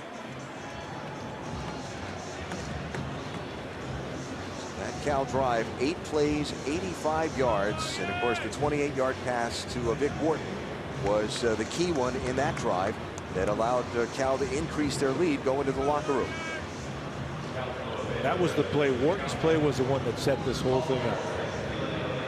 Amazing job tiptoeing the sidelines. Cal with 347 yards already in the first half. Yeah. And yet it started out kind of sluggish, and for a while didn't appear to be going at their normal speed. There's the squib kick. And downed. And Hawaii will get one final shot at it with 6 seconds to go. So coming up at halftime, we'll talk about the best kickoff weekend ever in college football. You heard Jonathan Vilma say the game he wanted to see the most was Ole Miss and Florida State. That's the capper to the weekend. The weekend that starts with, among other games, Oklahoma and Houston. We'll see LSU, Wisconsin, Georgia, North Carolina. That's a good one. That's going to be a fascinating game to watch. And the one that's getting overshadowed by a lot, Clemson and Auburn. What an opening weekend matchup down in the Plains. It will be. Clemson has lost some talent, but they've got great offense. Deshaun Watson is certainly the best quarterback coming back from last year in the nation. I love this whole thing. I tell you what, it's just fun. It's going to be fun to watch. Auburn, you know, Gus Malzahn is a little bit on edge right now, and he's got to happen. But that sometimes when that's the case, the players will respond for it. Malzahn named his starting quarterback today. That and more, I'm sure, part of the halftime discussion as we look at the best opening weekend ever in college football, with halfway through the opening game of the college football season. It's a 34-14. So good for Sonny Dykes and his troops. And Ikaika Woolsey and the Hawaii team getting ready to come back out and see if they can put some more points on the boards and get it going.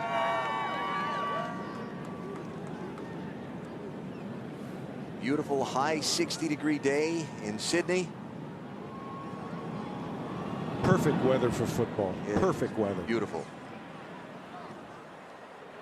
Scattering some birds as they put the ball back in play. And a little slip on the attempted cut. And Hawaii will take over the ball inside its own 20-yard line at the 16. Let's check down on the field with Warren Smith. Hi, Warren. Hi, Alan. Here we are, not be far from the Hawaii bench, of course, and spoke to Coach Rolovich as they came out of the locker rooms at halftime.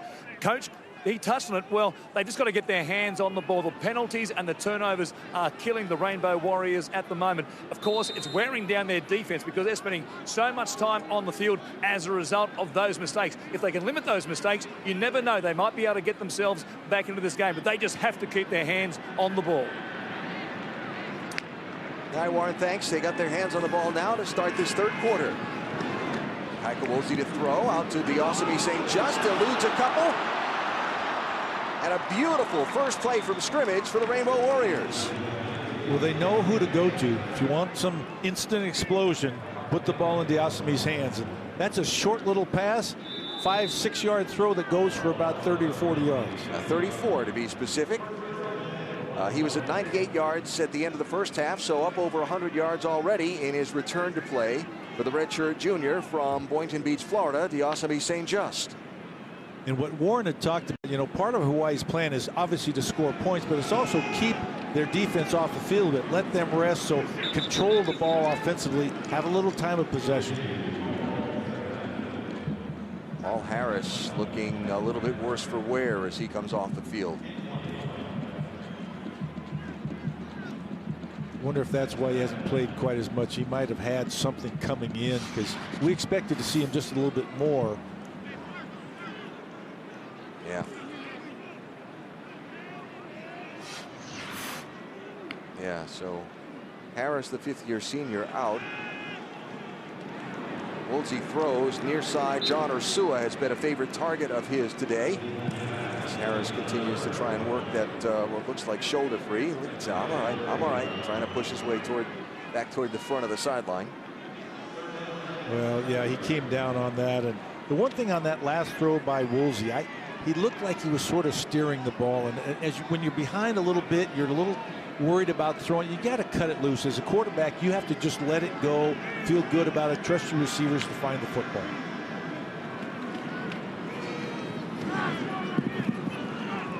Running for the marker and gets there. Nice job. And I see them doing more of this with him this year. He may not be the best pure pocket passer, but he can run, he can move, put him some run pass opportunities, run pass option opportunities at the edge where he can attack the defense and either dump it off to somebody or use his feet and make some yards. Harris back up with the helmet on. And Hawaii with a fresh set of downs at the 39-yard line.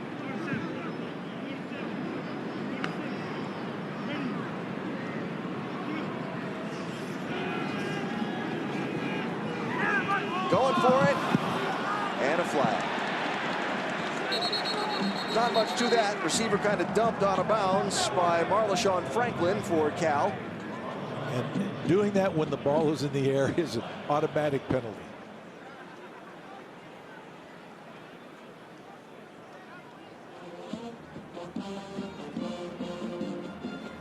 They were hand fighting at the line of scrimmage. That's pass interference. Number 18, defense. 15-yard penalty from the previous spot. That's an automatic first down. So we sort of call that press coverage, and there the strike. The ball is in the air. You can see that. I don't know if that was just, hey, I'm a little bit tired. Can I take this play off? Get out of my way, will you? So the penalty gives Hawaii the first down at the 24-yard line. Woolsey throws again, far side, caught. I don't know, say he was juggling as he fell out of bounds. Kemp juggling the ball as he went over the mound. It's too bad. That was a nice throw and nice timing. This is thrown on a line, and here we can see, well, yeah, obviously his seat hits down out of bounds, and he still has not got possession of that football. Head linesman Kirk Matson there, right on top of the call. This is not what Cal wanted coming out. I will tell you. You can't get comfortable with a 20-point lead. Yeah. You have to play the half like it's 0-0, and I'm sure Coach Dykes talked about that at halftime. Nikolovic jumps in, calls timeout. Play clock down to 2. And so the first of the timeouts will be spent very early in this third quarter. This is a very important drive for Hawaii. Yep. Talk a lot about, okay, we're behind, guys, but we got to set the tone in the first drive of the second half. And conversely, Cal's defense has talked about the same thing, but right now Hawaii has got some breaks, made some plays, but they need to get a score on the board. You just had 17 straight points scored against you. You want to get your guys a little juiced up and a little wound up and back into this thing, and the way you do that is put some points on the board right off the go here. And both of these offenses have the capacity to score a lot of points and score them in a hurry. So you have to be very careful about how you approach this, and you have to keep the mindset that the game is 0-0. There is no lead in this game.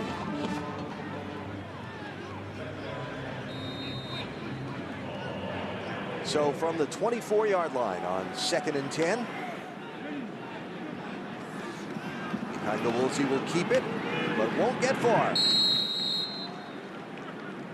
Design quarterback run that didn't go very far. The nice job by the Cal defense up front. They fought off the blocks. They didn't fall into their pass rush technique where they'd run up the field and open it up for the quarterback. I don't know if Hawaii's going to get in the red zone, which typically is crossing the 20-yard line, but the difference in the first half was Cal was perfect, 4 for 4 in the red zone. Hawaii's hoping to get some chances here. Stopping the run was an area of emphasis for Cal defensive coordinator Art Kaufman for this season. Woolsey's going to throw on this one into the end zone. It'll get knocked away. Good defense back there by Marleshon Franklin, one of many newcomers on this Cal defensive side of the ball. Just slightly underthrown, but a very great defensive play to come back. You see him find the ball right there, the hand fighting. He just gets a hand across, which helps deflect the ball slightly, or the receiver's eyes. But great job of defense. That's the way you come back in the play. Find the receiver and then find the ball. So on 4th down and 10, it'll be Rigoberto Sanchez on for the field goal try. And he knocks it through. And Hawaii at least gets 3 out of that one to stop the 17 straight run that Cal had scored. 34-17 in Sydney.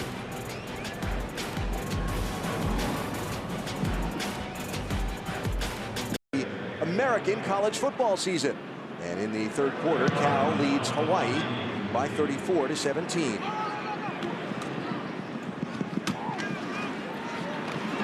Alfani Muhammad, who's had a pretty good game so far for the Golden Bears, takes it out across the 28-yard line as we again look ahead to the best ever opening week for college football. And the first game that comes to mind, Oklahoma-Houston, number 3 against number 15, and a matchup of a couple of spectacular quarterbacks. Two difference makers for their team. Baker Mayfield, sort of the gritty riverboat gambler, and Greg Ward, the guy that you better stop because he can beat you with his feet or his arm, and he is fast, a converted wide receiver, but really has helped Tom Herman put that program on the map. They really have done a lot of work in a short period of time, right? Tom just in his first year at Houston last year and ran them through into the New Year's 6 spot for the group of 5 conferences, and then they put a whipping on Florida State in Atlanta that I know you called. It was impressive. Yeah, they not only got there, but they sealed the deal. They finished the job, and they looked impressive doing it. They've lost some people up front, so it's going to put more pressure on Greg Ward and the offensive play callers, but they still have talent.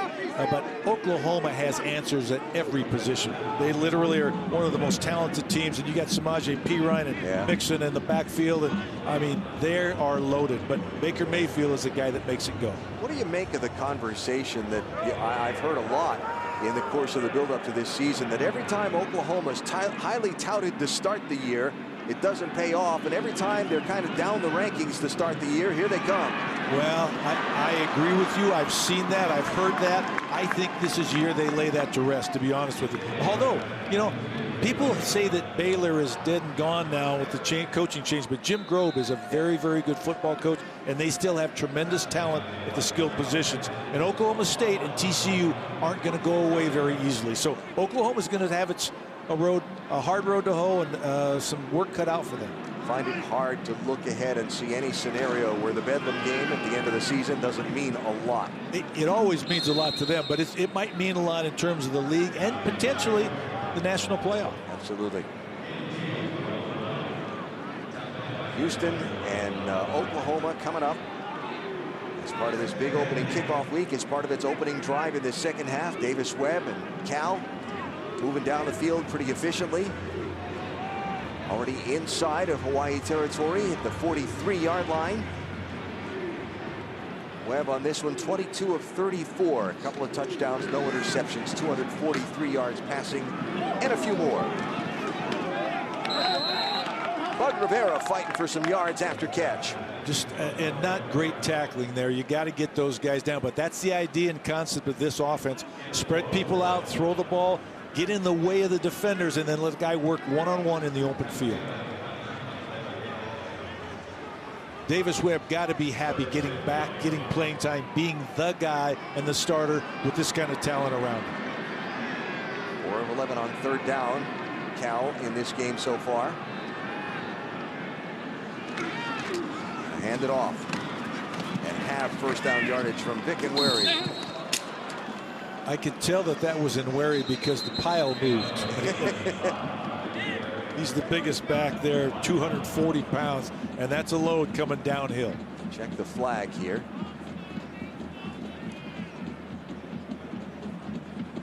Sonny Dykes wants the flag check too, with that shrug of the shoulders. And what's going on here? Well, it looked like a Cal offensive lineman tapped his head like my mistake, and it's either a hold or a late hit or something, but it was seemed to come out a little bit late in the play. Coming in late to the pile, and yeah. The result of the play is a first down. After the play, personal foul, unnecessary roughness, number 17 offense, 15-yard penalty, first down. Penalty on Vic Wharton, one of the outside receivers for Cal. So one of the things in the spread offense, it'll only go if the receivers are willing to block.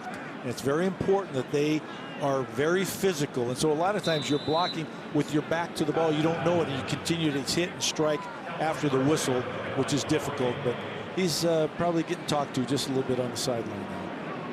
He kind of is raising his hands like, wait a minute, what did I do too? So Webb throws, and it's caught. And a big game for Chad Hansen continues as he makes up all the penalty yardage and then some. That's a big play, because offensively, when you get a penalty like that, you're just trying to get back to a manageable situation. But that's a nice job of recapturing that yardage.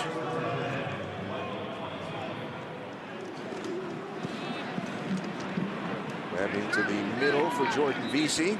Right now, you're noticing too, there's not a lot of pressure on Webb. He's getting rid of the ball quickly, but the fatigue factor is setting in for the Hawaii defense, and he's having the time to do sort of what he wants. And as this continues, if Cal can continue to get first downs and take the ball down the field, you're going to see less resistance from Hawaii. Trying to bring some pressure from the edges, but picked up into the end zone. Touchdown! And his first for Cal from Melky Stovall, the freshman. That may have been a double move route just based on how open the receiver was, but great protection. There was a pressure situation. They brought a safety or an outside linebacker off the edge. You see the pressure coming from the left side of your screen. Like I said, I think it was a slant and go, maybe a sluggo type route, because obviously the DB got beat and probably had his eyes in the backfield. So this run that the Cal offense has been on from the beginning of the second quarter continues into the third. And Matt Anderson knocks the point after try through to extend the lead now to 41-17. Happy times down under for those with the Cal blue and gold on that made the trip. Some 7,400 miles to Sydney. Davis Webb to Melky Stovall for the 6. First college football Saturday of the season as they've gone up on Hawaii 41-17.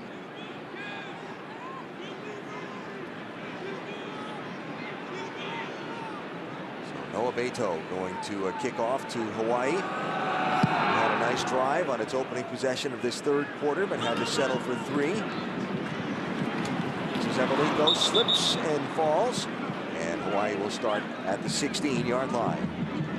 So among the marquee games coming up in this opening week, Alabama and Southern Cal in Arlington. And of course, Nick Saban, 4 national championships in the last 7 years at Alabama, pursuing another one and starting this season at the top of the pile where the rankings are concerned. He may be the best ever, and I know he's one of the best coaches to have a team stay focused after a big win or a big loss. That's why he's won 4 national championships. He does a tremendous job. And as we talked about earlier, most teams, if you didn't have a quarterback coming back, I would say I would be worried about them. I'm never worried about Alabama. They have enough talent to go around. Plus, they do a great job with first-year quarterbacks.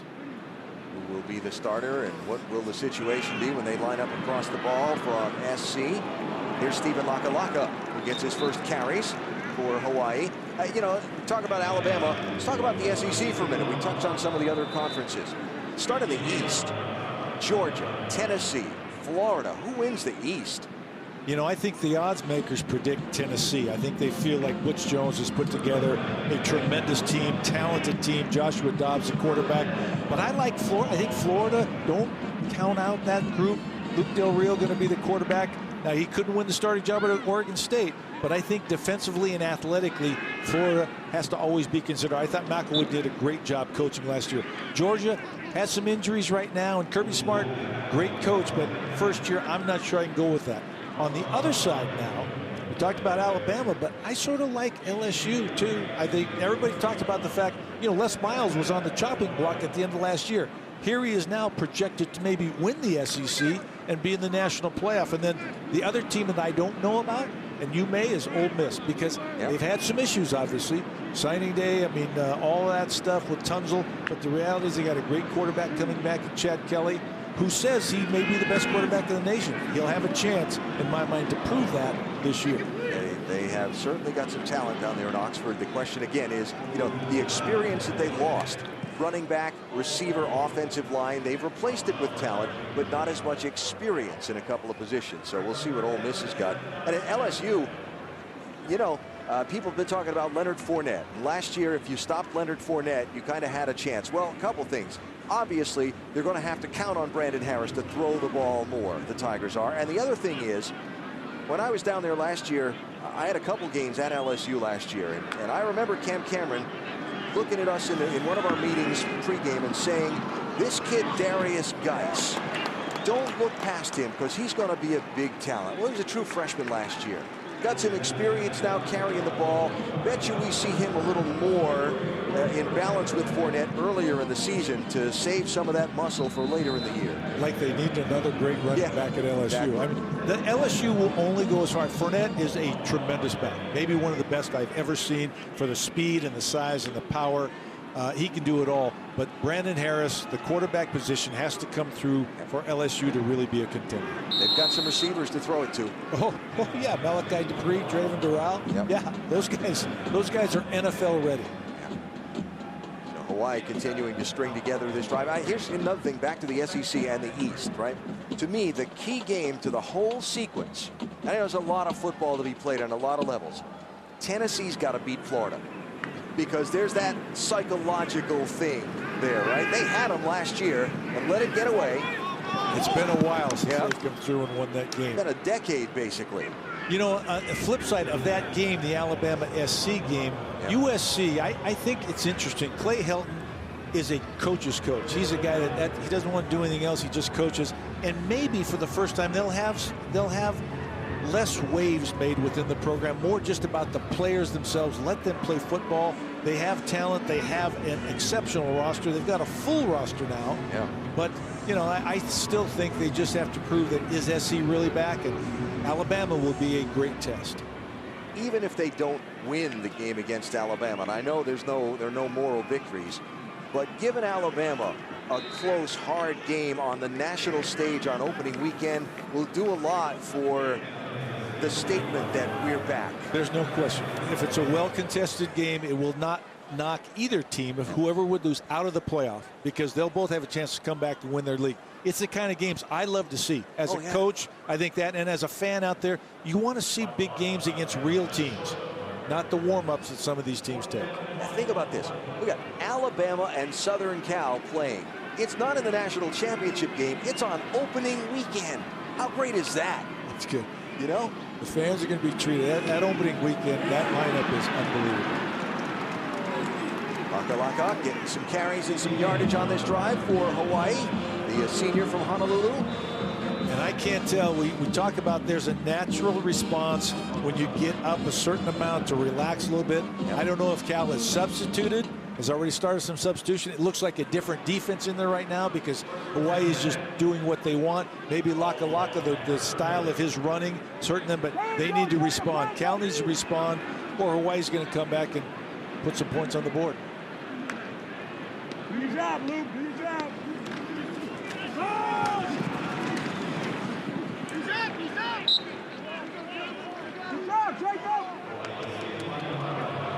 Just looking down through the depth chart, and there are a number of twos in the ball game for Cal, and maybe even a couple of threes. I noticed they just substituted some defensive linemen, so I don't know if they're putting the first team back in, saying, hey, wait a second, guys, we're not going to let them go that fast down the field. Yeah, 95 Devontae Wilson just back in. First time we've called his number in the game. He's the near side down lineman.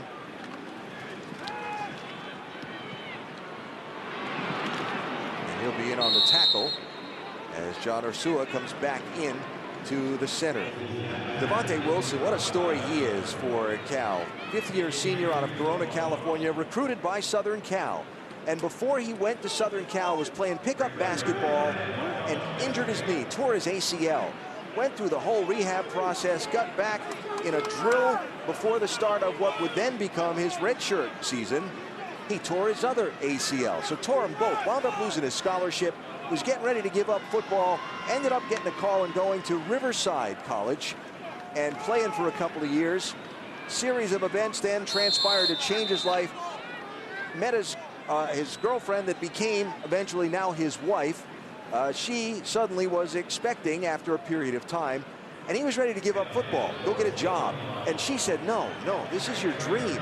Keep after it. You can do this. And he kept after it. All of a sudden, he got a call from Cal to come to Berkeley and play. They're now married. They got married this summer. They have a beautiful young daughter. There's some great pictures out there online of the wedding that was held at City Hall on July 25th. But he's pursued his football dream all the way through, thanks to the support and this circle that's now his family. And I remember that we asked him, you know, you have all these jobs and have to wear all these hats. You're a father, you're a husband, you're a student athlete. What's the hardest of all those things? And I thought he'd probably say father or husband. He said student athlete. Yeah. No question. That's the toughest job in the world. And when you think about trying to put all those things together, about what time you need to spend with your wife and with your child and all the studying and all the practice, it is a daunting task. Yeah, absolutely. He's back in now as they try and stop the Hawaii drive that just picked up a first down. Ball's on the 20-yard line. As Hawaii looks to keep this thing in the realm of the respectable. Kaika Woolsey with time and throws into a crowded corner of the end zone, and it falls incomplete. Yeah, he's talking to Devontae Wilson, and just to tie up one more angle on that story, asked him the most distance he'd ever been from home. He thought about it for a second, and then he said, I went to UAB, Birmingham, on a recruiting trip. That's the greatest distance I've ever been from home. Well, now he's in Sydney, Australia, playing football in Cal's season opener. What an experience. And it's one of the things that Sonny Dykes was so big on about this whole week. He got the opportunity to give a lot of these young men who've never been away from home at all an experience like this. Of course you got to take it. You do, and there were about a million other reasons too, but the reality is it's tremendous. One of the things that happens when you get ahead late in the game is you, on defense, you're trying to decide, okay, I want to play a lot of people, I want to get them experience, but I don't want to let the other team score. So you try to mix a blend of veterans and young guys in there and try to make sure that you appeal to the pride of the defense to not let them get in the end zone. But you want to get them meaningful snaps. They'll be on film so they can learn and evaluate each other and get better. One of the things that stood out to me about the Cal depth chart when it came out, most schools, when they put out the depth chart, it's called a 2D. There are two players listed at most every position. Cal's had about 4 or 5 at a lot of them, and particularly on defense. They've got a lot of guys that they're trying to figure out who are going to be those 2s and 3s for them as we go through this season. Well, they brought, I assume, everybody on the team. This is like a bowl game, and one. There's the Hawaii touchdown. Stephen Lakalaka into the end zone for the Bows. He just carried the ball down the field. They're going to probably say, why didn't we play him a little bit earlier? 9 carries for 58 yards, all on this drive. And again, just power football. This is gap schemes that they talked about, running some more gap scheme stuff and putting the ball straight ahead. Let him do what he does best. One cut guy. Just means putting their foot in the ground and get north and south. Sanchez knocks the try through and run the Hawaii point total up to 24. 2 minutes left, third quarter. The college football opener in Sydney.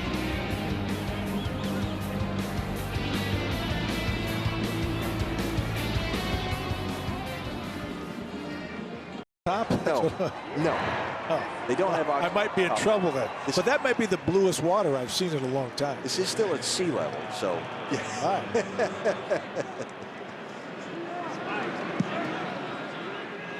So Hawaii to kick after a beautiful scoring drive. 15 plays, 84 yards.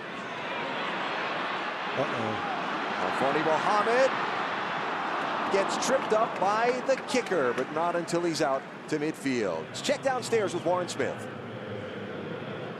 Thank you. Well, you can't help but be impressed with Alfoni Mohammed. Another terrific run right there. But so much of the heat this week focused on this man, Davis Webb, the California quarterback. I think the fans here in Sydney have really enjoyed seeing Webb and this bear raid get the chance to air it out in this season opener. 3 passes for touchdowns. He's run for another one and played behind an impressive offensive line today, which is only going to get better when 350-pound left tackle Aaron Cochran returns from that knee injury, which has kept him out of action here in Sydney.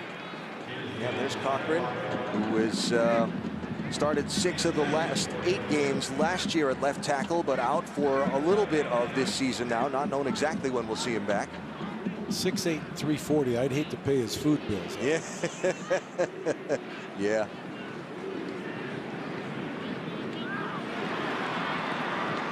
Bug Rivera with another grab from Davis Webb. Well, for Webb, you know, the change of scenery is coming over here, getting to work in this offense that's so similar to the Texas Tech air raid offense that he was in before. Jake Spavital, the new offensive coordinator, they really have clicked and had a relationship. And one of the things that everyone at Cal has told us about Davis Webb coming in here was his first priority was to be a good teammate. And he worked really hard at becoming a teammate. He said he only had a couple of months to kind of get to know everybody and get the locker room behind him. I thought that was awesome. As a coach, that fired me up when he said, I want to spend time with the offensive line, with the receivers. And obviously, he's going to play with those guys. But he wanted them to know who he was, to see him working, to learn their names. He went about it the right way, and I think that's one of the reasons, in addition to his obvious talent, that he's the starter. Into the football office at 7 o'clock in the morning. Often only leaves about 10 o'clock at night. Just finished getting his undergraduate degree and all now working on a master's at Cal. Remember, he's a coach's son, too. Yes. So he's a football junkie. He loves it, watches film, probably a gym rat, too. Got the exercise and sports science degree in 3.5 years from Texas Tech as Nefi Kaloa Matangi hits the turf with problem with that left leg, maybe beginning to cramp up.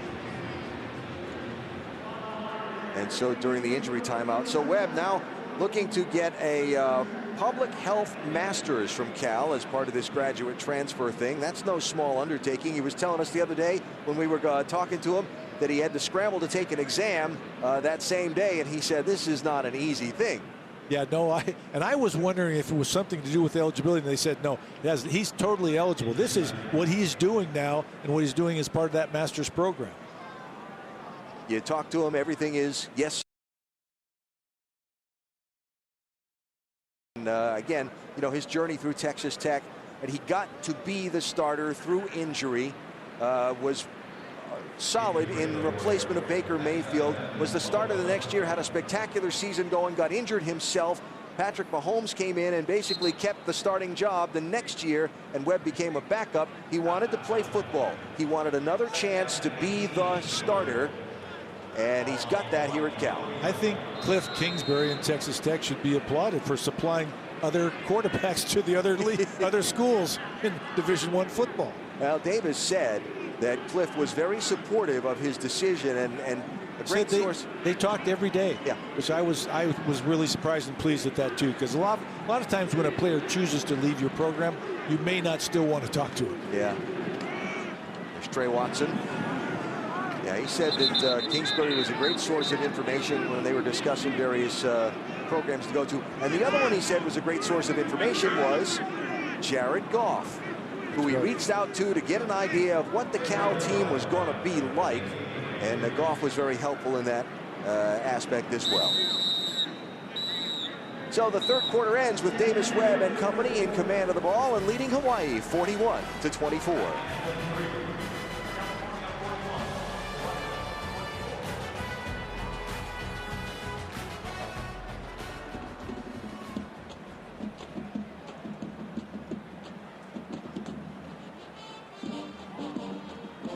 Watch ESPN.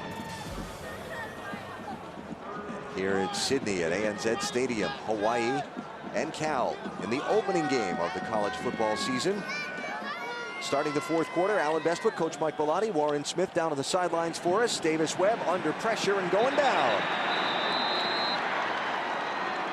That's not what you want to happen. That ball should have been thrown away as soon as he got anywhere near outside the tackle box.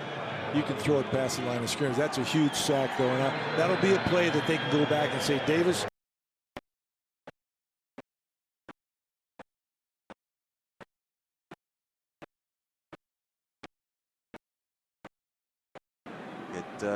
Get in there to put the pressure on the quarterback, and now Jake Spavital and Davis Webb left to talk it over while the punt unit comes on for Cal.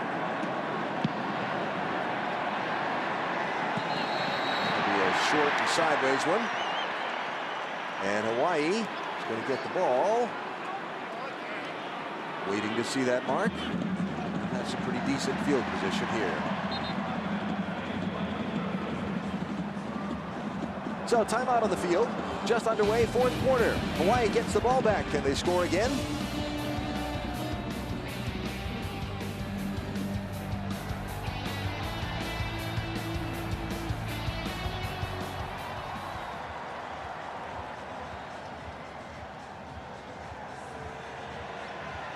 game of the college football season, NZ Stadium, Sydney, Australia. Last time the Rainbow Warriors had the ball, they went on a 15-play, 84-yard, 6-minute, 14-second drive. As the Osprey St. Just goes over 100 yards for the second time in his collegiate career. Last drive, Hawaii converted on 4th down, picked up 5 first downs along the way. And a nice little morale-building drive there for Nick Rolovich and his team. Building morale, a theme of our conversation with the Hawaii coaches. You're right, and it's not always about winning and losing. It's very important, but competing, the will to compete, the discipline to continue to play hard, to not quit. Last year, and they had some tough times in fall camp. There was one day where he didn't like what happened, so he made them come out in full pads the second practice, which they hadn't done. And he said a lot of kids sort of hung their head and had some bad body language, but they talked about that. Part of that, their practices involved not the physical part, but the between the ears part of mentality of how you compete, how you handle adversity, those type of things. One of the things that Coach Rolovich said he had heard from a distance about the Hawaii program is that the culture wasn't what it needed to be. He said, you know, and you hear this so much anymore in sports, but isn't it true? Playing for each other in the locker room, right? Being committed to what it takes and playing for each other is such a big thing anymore. Well, you want them to like, respect, and love their teammate, and be willing to protect their teammate, have their back, all that type of thing. Play like a warrior. That's what you talked about. Pride in the rock. Live Aloha, play warrior, I think is Rolovich's slogan for the season. Where do you coaches come up with these things? That's beautiful, isn't it? That's the necessity of invention, or whatever you call it. You got to think it's something the kids can relate to. Yeah. Kaika Woolsey, the senior quarterback for Hawaii, 14 of 28, 201 yards in passing. He's going to throw again here. And he's going to run for cover. Beginning to wonder as that shadow creeps across the field. We've seen it. Number 50 offense, 10-yard penalty, so first down. Dijon Allen, the starting left tackle for Hawaii, flagged for the penalty. Yeah, it's difficult when a quarterback scrambles. If an offensive lineman has an angle, he's blocking a defensive end outside, let's say, and all of a sudden you think the quarterback's in the pocket. He starts to flash outside. You end up trying to just not let that guy release quite as easily. You got to let go of him. Just wondering, as that shadow creeps across the field, its effect on not only the quarterbacks, the receivers in the passing game, but maybe on the footing too. Yeah, I don't know this. I imagine they have the lights on already and have had them on for a while, because anytime the shadows occur. But yeah, ball's out. That's not going to help. No, but that's the opportunistic Cal defense. They talked about one of the things that Art Kaufman has done is improve on takeaways. And I asked him how he did that, and he said we got better athletes. Better athleticism results in more takeaways. Protecting the ball, cutting down on penalties, two of the areas of emphasis for Hawaii and the coaching staff. They have just turned it over on a fumble for a second time in this game. They just puts it on the ground. Luke Blubenzer picks it up for Cal.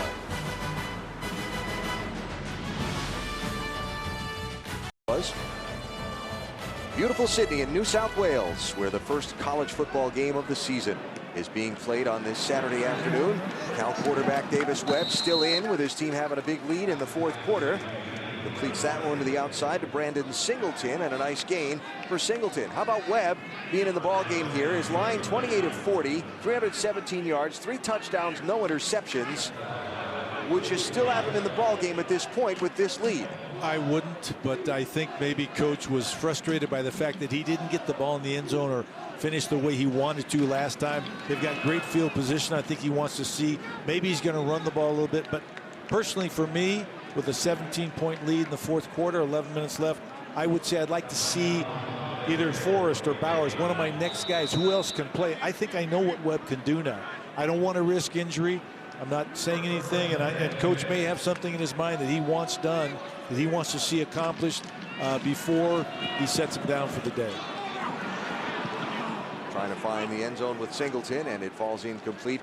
You know, when you put a new quarterback together with a new offensive system and a new offensive staff, there just may be, you know, one of the things that you and I were talking about earlier before the game was one of the things you like about the first football game of the season is you're tired of going against your own guys.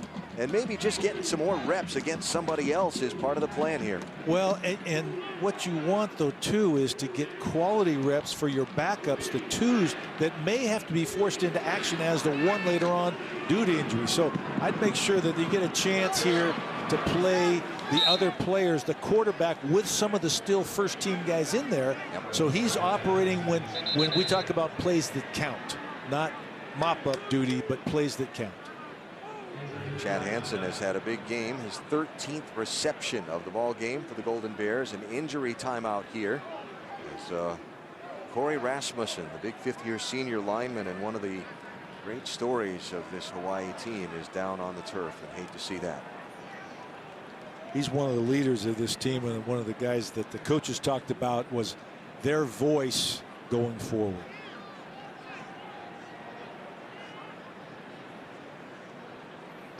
So an injury timeout on the field in Sydney. Corey Rasmussen has been hurt. We'll keep you posted and come back after a break.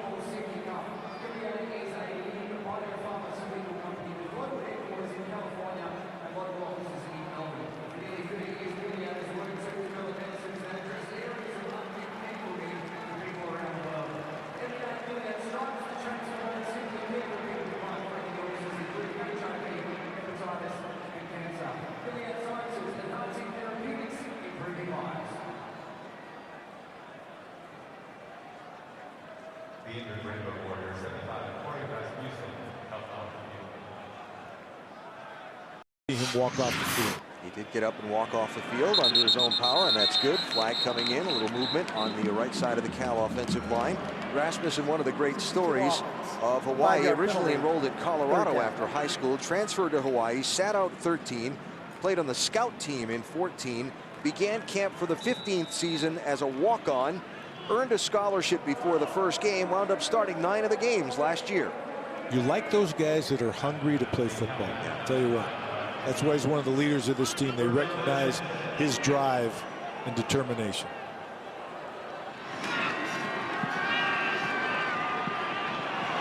Off into the sunlight and caught for the completion as the 14th reception of the game for Chad Hansen.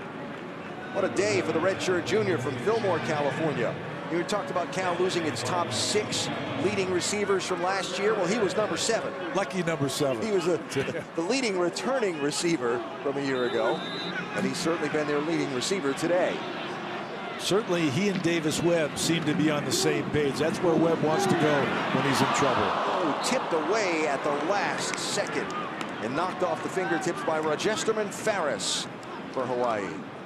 That ball was just slightly underthrown and thrown behind him. He would have had another touchdown in his 15th reception. See it right here. Just throw that a little bit over the top. Nice job by the defensive back. He's lamenting the fact that I could have had an interception. Yeah, I didn't get just a fingertip on it. I got hands on it.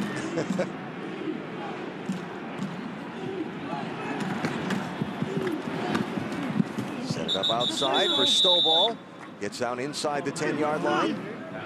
Nice job. You see the more fluidity from Davis Webb and getting rid of the ball. But Stovall a little bit windmill with that ball in his hand. You're going to tell the young guy, keep the ball in tight, high and tight, is the way you handle that football.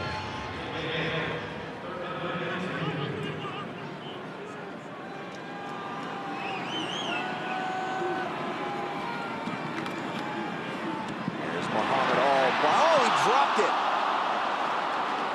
He was all by himself and had a touchdown, except he forgot to bring the ball in. Hawaii is bringing pressure, and when they bring pressure, one of those defensive guys on the outside is supposed to peel with the back if he releases. You can't get too much more wide open than this. Here you can see it right there. You can see number 5 coming off the edge, was supposed to grab him, and he knew he had a touchdown. He was thinking about maybe what I want to do with the ball in the end zone. Got to catch it first. Yeah, that was a look of pain on Coach Dykes' face. It should have been.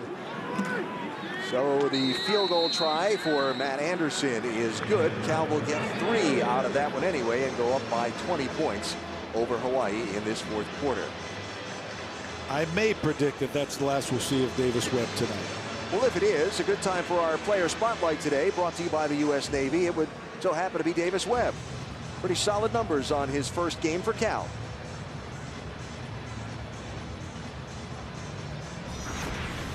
Watch here what Webb has done today, and here's an example of his vision. This is that double move route we touched, sort of a fake wide screen, and go watch number 1 Stovall wheel out of there, but watch a little pump fake right there. Webb's comfortable, patient in the pocket, and then throws a perfect pass. That's typical of what he does. Once he's settled into a rhythm, he feels really good in this Cal Bear Raid. Well, he's thrown 32 passes to 10 different receivers and even got his first ever rushing touchdown. Which is first ever in his career. Yes, in his career. Good for him. In this one. So certainly a great day for Davis Webb.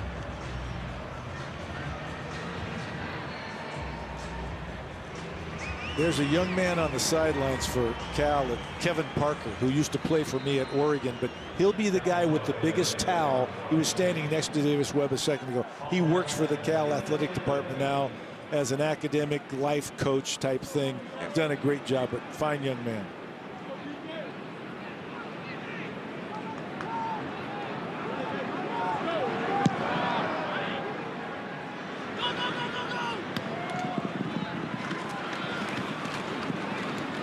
Harris back for the kick return, gets the ball out to the 27-yard line.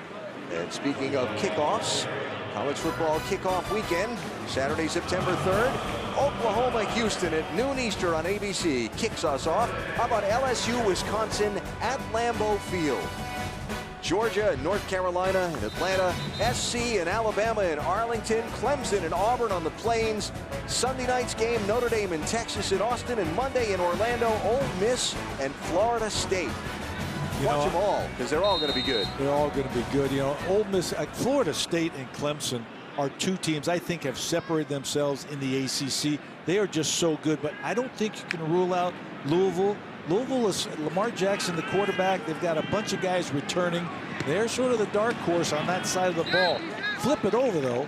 Mark Richt goes to Miami, comes back to his alma mater. He's got a quarterback in Brad Kaya that knows what to do with it. And then Larry Fedora, all he did was take North Carolina to a great season, undefeated in league. And I think you can't count either one of those guys out. But I think the strength of that conference is the Atlantic Division. Now, I think most folks would agree with you that of the 2, the Atlantic Division, the stronger. That's Florida State and Clemson for sure.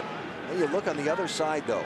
Who's coming out of the Coastal, right? You've got North Carolina, who is sort of the early favorite, but there's a lot of other folks in there that you can't forget about. I looked at, I want to know what Virginia Tech is going to be this year, and I want to look at Pitt and see what's going to happen there in the second year at Pitt. Pitt's the one you mentioned. I'll tell you what, they've got James Conner coming back, and you know what? He might not start because the replacement, Quasi Ollison, was the Rookie of the Year in that conference. They're going to have, and they have a great defense coming back. Narduzzi's done a tremendous job. So I look at Miami, North Carolina, and Pitt as the ones that could vie for that side and end up playing the Atlantic Division champion. Miami, offensive line. That's my question for them. They've got receivers. They've got a running game. Do they have the offensive line and the depth at offensive line to make the most of it? And can they play with the consistency that was lacking during Al Golden's time there? They played well one week, and then the next week they may not show up. Can Mark Richt get consistency out of that group of athletes? I know this. Every time you hear Coach Richt speak, he's looking forward to calling plays again, working specifically with the quarterbacks. And fair catch called for and made at the 30-yard line by Vic Wharton, and the Cal offense will come onto the field. Who will be coming onto the field to lead them at quarterback?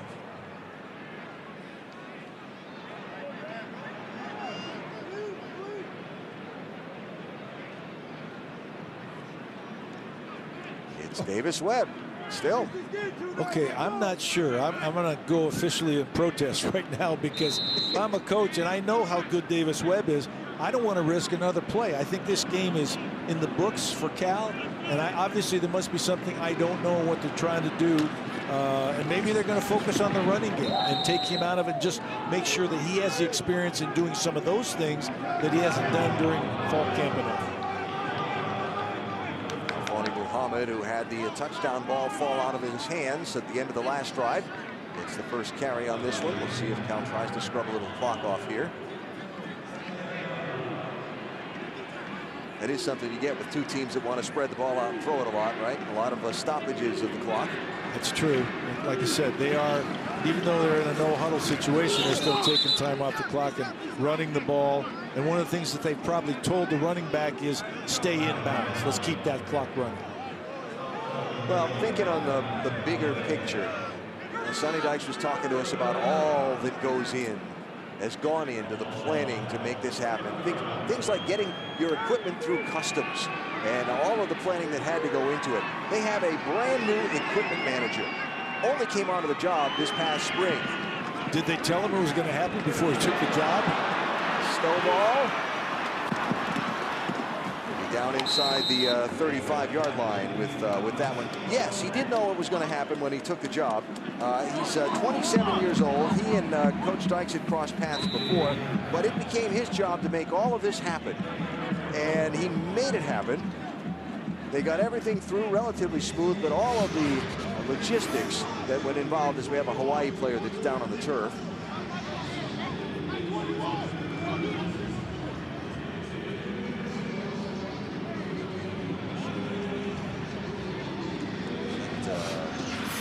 Mayo, yes, he fell awkwardly at the end of the play after that contact.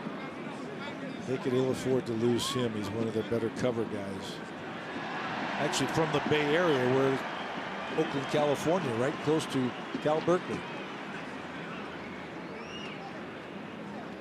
Anyway, I just wanted to finish that story. Dan Mathewson, the new Cal football equipment manager.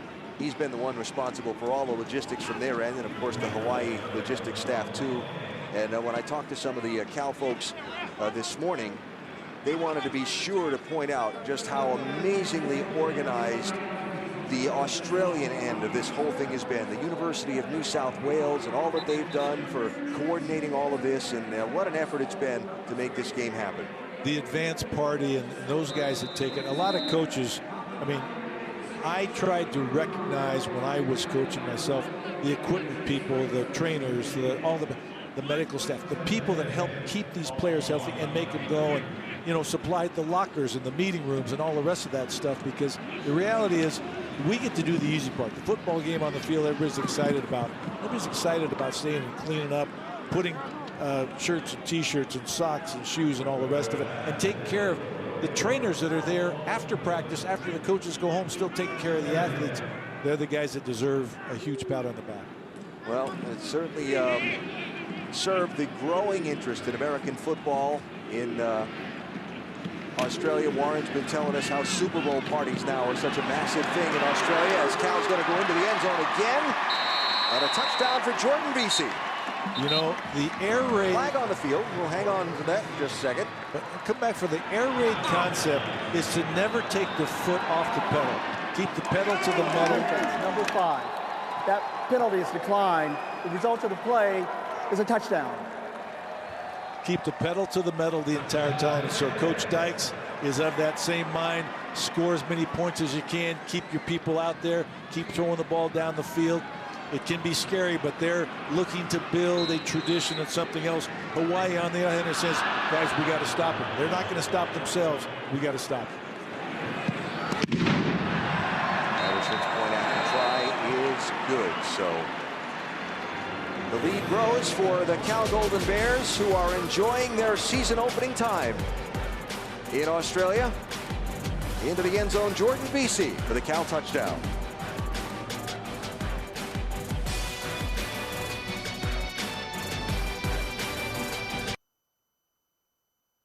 Great look at the world's largest natural harbor. If you're on your honeymoon and you're wearing Cal jerseys, you're having a good time. and it's still the middle of the afternoon. Well, you're on your honeymoon and your team is winning. That's good. 27-point lead for the Golden Bears. And 7 minutes to go in this opening game of the college football season. Here's Harris again. Talking a lot about the game and bringing American football to Australia. Let's get a perspective on that from our Australian host. What do you think, Warren? Alan, you're talking about logistics and some of the challenges the teams faced this week. I can tell you midweek on Wednesday, it was almost monsoonal, the rain here in Sydney. The Cow Bears got an absolute drenching. Luckily, they have a natural grass surface at the University of New South Wales and also an artificial turf surface as well, which the team used for the remainder of the week. It was a great advantage for them. Hawaii, just down the road here from ANZ Stadium, had to play or train on a natural grass surface. It was, well, it was a quagmire at times during that afternoon, but they just sucked it up. They smiled their way through it, and right now Hawaii are already thinking about having to get on a plane at 9:30 tonight. All the gear has to go back as well on the way home to Hawaii and then to Ann Arbor, Michigan. What a job that is. Yeah, absolutely. Great scenes. The Hawaii players splashing around in the mud on Wednesday, and yeah, a daunting task to go from Honolulu to Sydney, play your opener, and then go all the way back to Honolulu and across to Ann Arbor, Michigan for your next game. That's next Saturday at noon. And Jim Harbaugh's Wolverines, the opponent that's waiting. That's a tough test to go from a spread team that's going to spread you out and throw the ball 60, 70 times to a Harbaugh team that's going to run the ball down your throat. So you got to change that preparation quickly.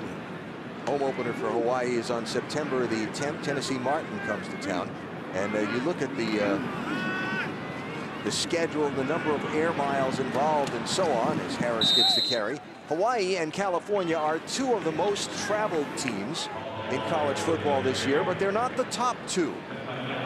There's actually one more team that'll get a little bit more travel than Cal will, as you see the schedule upcoming for the Rainbow Warriors and that tough Mountain West slate that they'll face, including a trip to San Diego State, taking on the Boise State Broncos at home in Honolulu. But that bottom team on the schedule, UMass. UMass. One of the remaining independents in college football, and UMass is going to travel a bunch, including to Honolulu. Yeah, that Hawaii trip is a long one, I can tell. But look at those back-to-back San Diego State, Boise State, the two favorites in the conference, and considered to be some of the most powerful in the group of five on back-to-back weekends. So last year it was the American and Houston out of the group of five. If you were to stop and look at who's the most likely to get that team into the New Year's Six, you start with Houston because they're so highly ranked.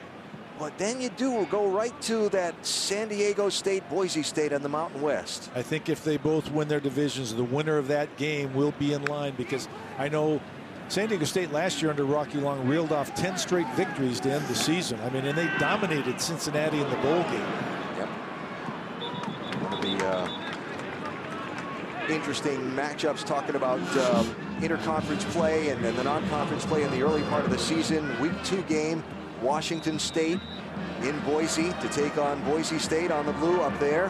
That'll be a fascinating one. That will be. I had Washington State at Nevada Reno a couple years ago when Rolovich was the OC, and Reno beat Washington State when they came in to Reno. So yeah, it's a tough thing. Washington State is sort of a surprise team too, a sleeper. Luke Falk, they're going to throw the ball. They're very much this same style as what Cal does. Spread you out and throw the ball, and Luke Falk is as good as any in the nation at doing that. Woolsey going to throw deep, and a hand at the last second with the Birds scattering from the turf. And a nice defensive play to knock that one away by Ashton Davis, the redshirt freshman from Santa Cruz. That was a nice throw. That was pretty good arm strength and a pretty accurate pass. Great timing by the defender to go up and knock this ball away. You familiar with Rufus the Hawk from Wimbledon? No, but I think I will be soon. Well, they have a hawk who is trained, and the reason why you don't ever see any pigeons or things like that at Wimbledon is the hawk patrols the grounds. Really? Right? Well, that's neat. Well, maybe. Yeah, they could use it here. Just say it. The pigeons apparently are not used to American football. Rugby, I'm sure they stay away. Right? They're not scared about being on the field at the same time. Do they know those guys are wearing pads? Yeah. That's fun. We're talking about schedules and things. We have some really smart people at ESPN who do these predictive analytics. I was talking about the scheduling earlier, and they came out earlier today with the fact that Cal has the 5th most difficult schedule in college football this season. So this a long haul away from home and a good start for Cal, but they've got a tough road ahead. Got Texas coming to town week 3 to play in Berkeley. Non-conference play, and then of course just their conference play alone. Think about the road they have to travel. The North Division, Stanford, Washington, Oregon, all are considered, ranked in the top 25. It's a tough road, and I think you told me also that is USC. Where do they rank? USC's number 1. Yeah. So you have the 5th toughest schedule in the country, and you're only 2nd in your conference, where that factor is concerned. Woolsey with a nice run. He'll go down inside the 15-yard line for the Hawaii quarterback, saying we're not quitting. No, and that's exactly what Coach Rolovich wants. He wants guys to compete, to not quit, to have pride in what they do, to learn to fight till the end. And they'll take some of those positives away from this game. There's a lot of things to learn from, and Cal athletically was probably much better and had more depth. But they want to get something going here. They can take something away from this, because now they're going from the I don't know, call it kettle black, going to Michigan now. They're playing Cal that is not ranked, and they're playing a Michigan team that's ranked somewhere in the top 10. Yeah. From the frying pan into the fire. Yeah, there you go. Well, no one said it was going to be easy, but Nick Rolovich has embraced the job with enthusiasm, seizing the opportunity. He believes he can restore the pride to the Rock. And he's hired people that have been there before, both with him as players and coaches. They all understand what it takes, and they're going to work very hard to make it happen. Paul Harris fighting for the pylon, and he'll get into the end zone for the touchdown.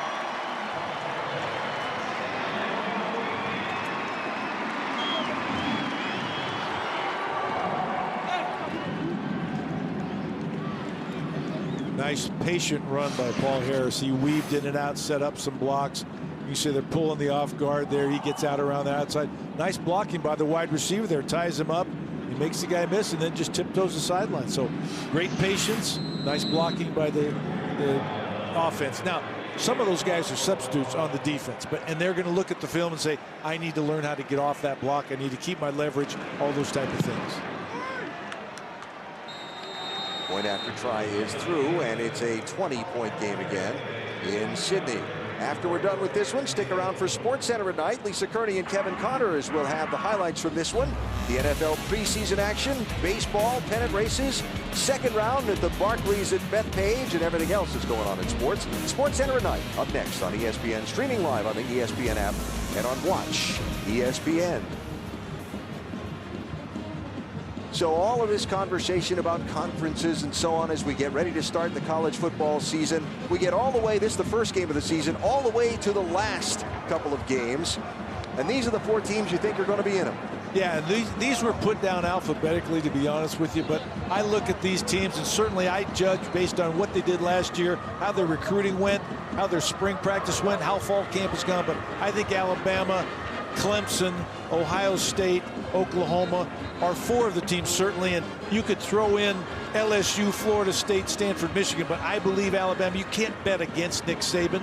They've got a tremendous team. They recruited well. Clemson, Deshaun Watson is probably the best football player, most talented, and then Ohio State, I think, is a dark horse in that regard, but J.T. Barrett, great quarterback. No concerns this year about who's going to play quarterback. And in Oklahoma, we talked about, they are loaded, and Baker Mayfield is a wizard. Well, one of the things that I think fascinates me most as we got ready for this college football season is just looking ahead and all of the possibilities, right? You can look at it and you can say that's what we think will happen, but there are 18 zillion ways this could all unfold, even in just these first 3 weeks of the season. And odds are there will be somebody that we don't have in that list that's going to step in and make a difference. Think about in the first 3 weeks of the season, just picking random games out of my memory that I can think of from the top of the schedule. Besides Alabama and Southern Cal and Notre Dame and Texas, how about Ohio State and Oklahoma? Yeah. You know? Yeah. I mean, Oregon at Nebraska. That's going to tell us a lot about both programs. Yeah. Nebraska had a tough season. UCLA and Texas A&M. Yes. Josh Rosen's a great quarterback, but does he have enough supporting cast on offense to make it happen for UCLA? Even UCLA at BYU. Yes. You know, on the road, and Provo's a tough place to play. And you know, I mean, it's going to be fascinating. I really love the emphasis on the non-conference matchups we're seeing, and I think it does so much for the sport and so much for the fans. And I know it maybe is a little stressful on the guys that wear those headsets like coaches, but I think it's just terrific. I agree with you, and that's why we play the game. You can't mail it in. You can't predict anything right now. We go a week at a time, and that's the way it should be. That's it. And as for this game in Sydney, they were expecting a turnout of about 60,000. Warren was telling us that noon on Saturday is not a typical time for a sporting event. Most of them happen later in the day or in the evening. But a pretty good-looking turnout, and certainly a great interest and a growing interest in American football. I haven't even mentioned Pro Kick Australia, right? All the Australian kickers that are coming through into college and pro ball. College Game Day has done a very nice story on Pro Kick Australia and the pipeline of Australian punters and why these kids that grow up playing Australian rules football are so good kicking at American football. And you'll see that on Game Day in the next few weeks as College Game Day gets geared up at Lambeau Field next week. It's awesome. And, you know, all the rugby background, they all handle the ball, they kick the ball both on the run and stationary, and they develop some great foot skills. And it's amazing. There's some great punters from Australia in both the NFL and college football, and they're some of the best in the nation.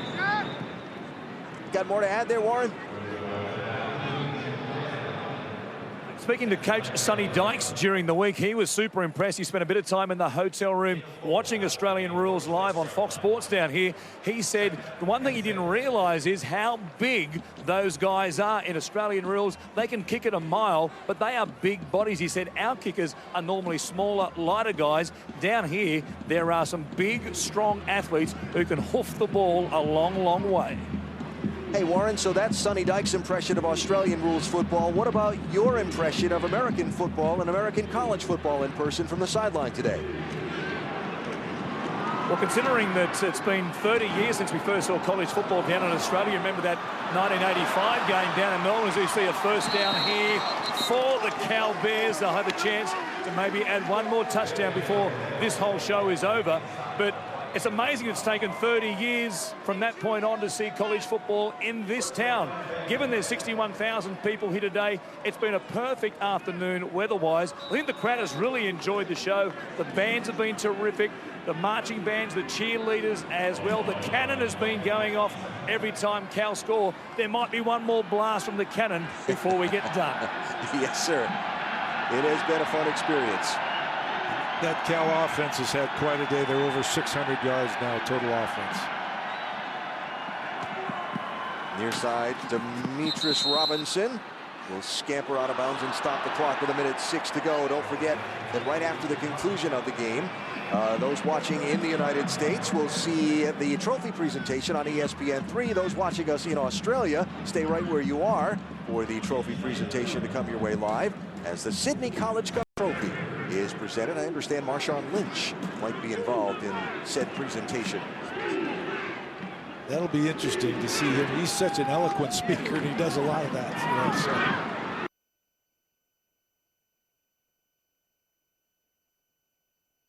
You know,